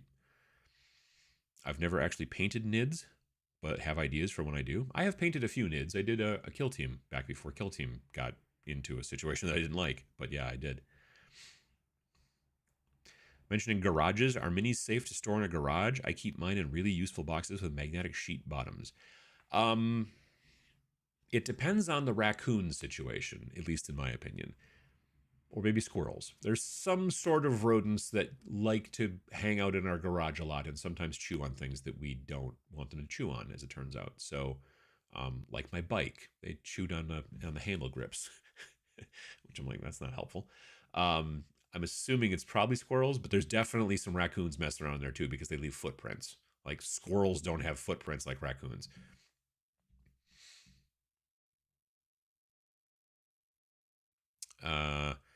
Skeleton archers with no range strikes me as something you or Vince would find amusing. Or is that more of a ninja thing? I don't know, maybe. Oops, everything moved. Are you going to make some zombies and skellies? No, there's that. Those are out there. Everybody's got skeletons and zombies out there. Like, again, in the blog post, we've got lots and lots of places that do that stuff. Let's see here. Got my rain in hell in the UK supplier. Was nice to see. So you can imagine it sucks for everyone on the other side of the globe.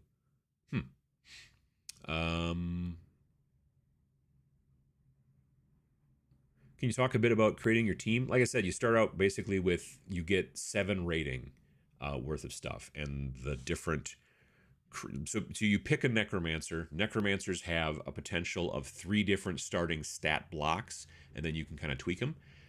There are 6 different types of necromancers who all have their different kind of special abilities and bonuses, and then you have your 19 different types of undead minions. And like I said, you start out with the ability to use up to 7 rating, which means you could go with 7 skeletons because they're rating 1, or I suppose you could go with a I don't know, a Death Knight and a Wraith, but then you only have 2 minions, which is maybe not necessarily the greatest play right off the bat.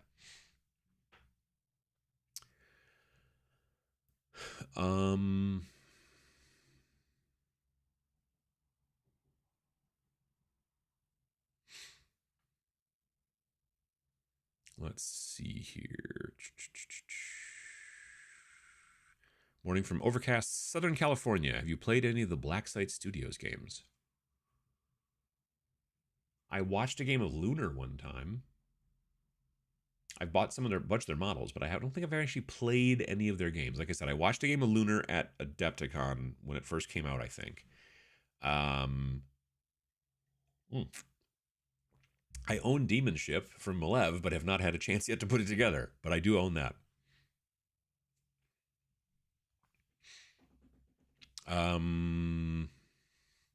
Gonna have to wait to get this one. We should be closing on a new house on Friday. Well, congratulations. Absolutely.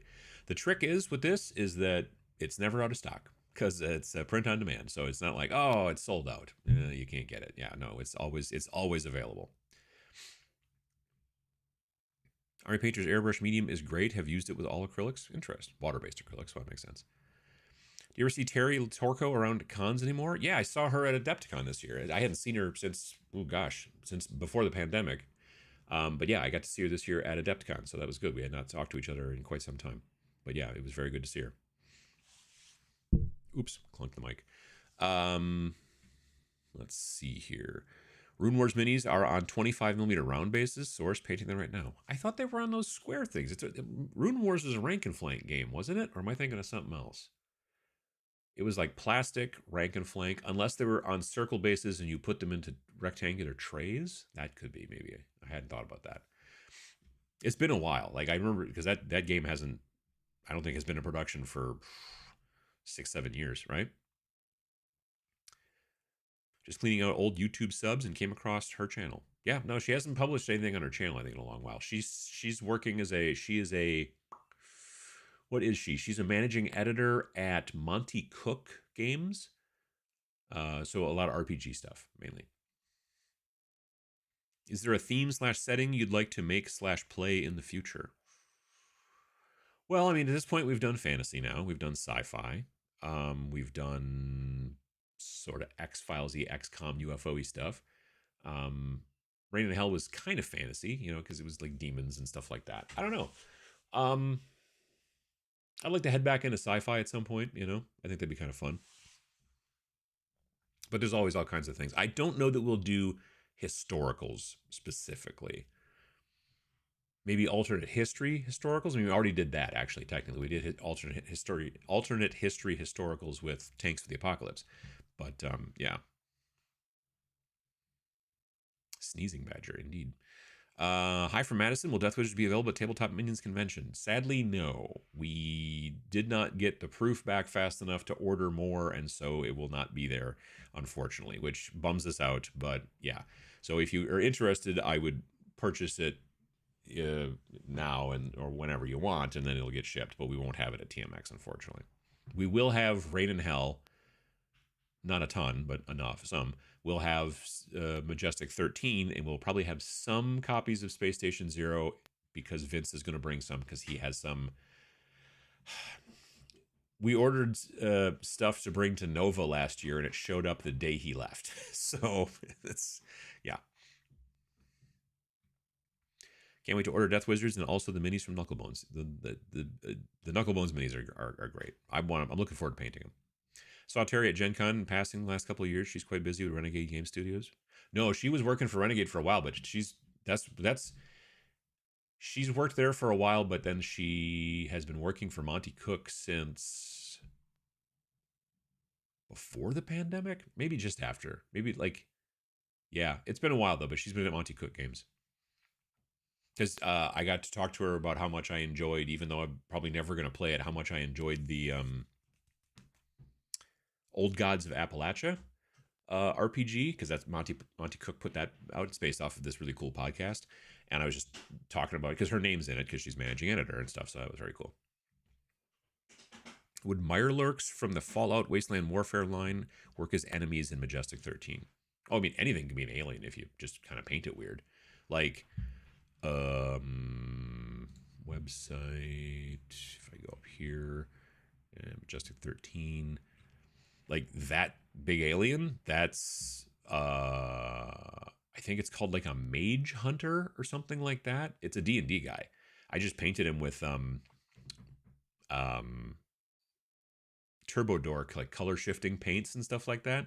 But yeah, he's I think he's called a mage hunter or something like that. But it's from the WizKids. It's a WizKids model that I just basically, like I said, just painted up with a bunch of crazy colors. In the video as well.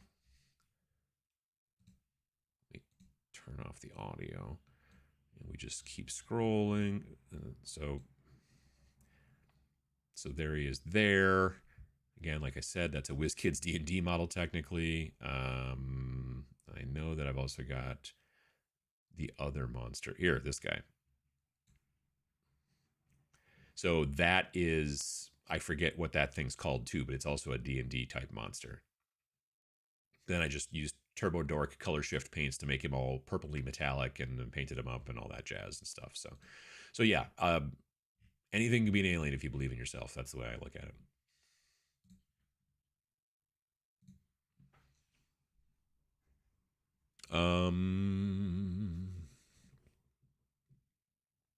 Let's see. I have the original Mordheim Witch Hunters warband painted to use as the heroes. Nice. That makes sense. What's the lowest model count, no vampire joke intended, you can start with? Probably 2, I think. Because again, you could go with like a 4 and a 3 rating, and then I think that should do the job. I'm 98% sure on that. I'd have to double check on it. And again, unfortunately, I don't have the stupid book with me. I don't, like I said, I wasn't planning. Necromancer, a 4-tier monster. Yep, that's what I thought. Yep. And the Necromancer doesn't have a tier. You just automatically get the Necromancer. But it's the minions that you have to have the tiers for. Glad it will let me use all my undead from HeroQuest. I ordered some ghosts and banshees from GW to mix and match in. Nice. Banshee model. I bought a Banshee model when I was at, we were at VinciCon, we were play testing it, and I was like, I pulled up my phone and I ordered a Banshee model because I couldn't find, I knew my local store didn't have it, and so I ordered one from there. And then something else too, I forget what else.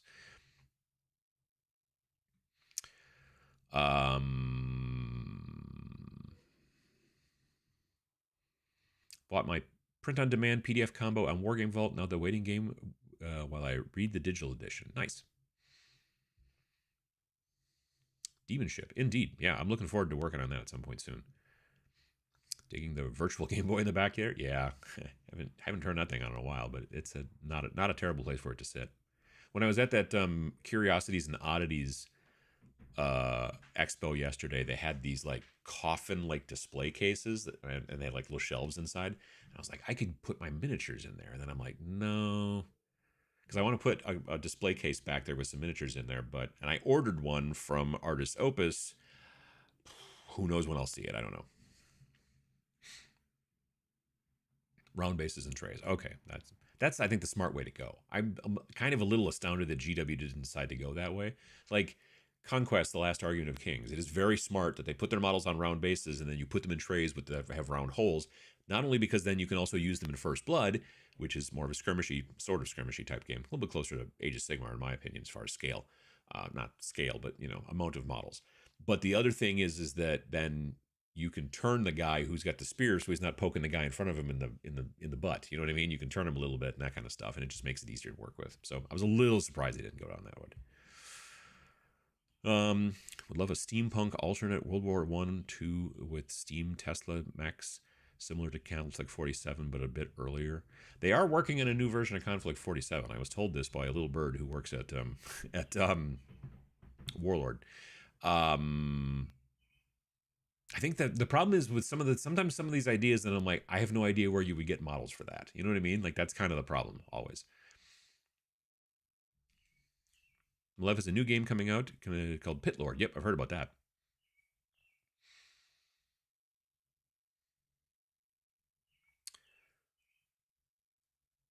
Oh, hey, it's Vince.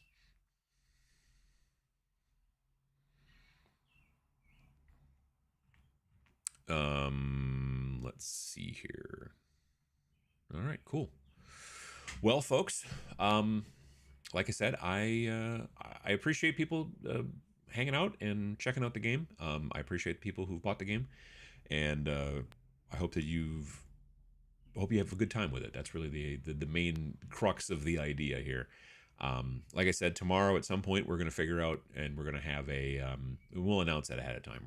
We're going to talk about it. We'll have our normal Sunday meeting tonight, and then we'll talk about it, and then we'll figure out when we're going to do a live stream tomorrow, and we'll announce it and stuff, so people will have some time, and we don't just start doing it randomly. That'd be no good.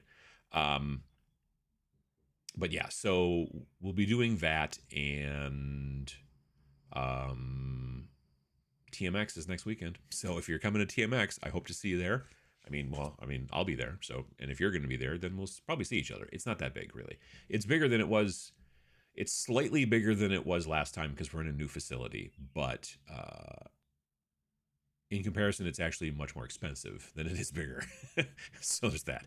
But didn't have a choice. All right. So we'll see you folks soon. Again, and thank you very much. I'll be streaming on Monday night, even though it's going to be, what is it, tomorrow? Memorial Day? Yeah, I'll still be here streaming on Twitch, so that'll be fine. We'll see you then. And that's pretty much about it. I hope you folks have a good rest of your day. Maybe get some hobby in if you can. And if you picked up the game, I hope you get some reading in, and I hope you enjoy it. Enjoy the artwork from Sam and Martin. And that's pretty much it. I want to thank everybody for coming by, and I think that's everything. Thanks for watching.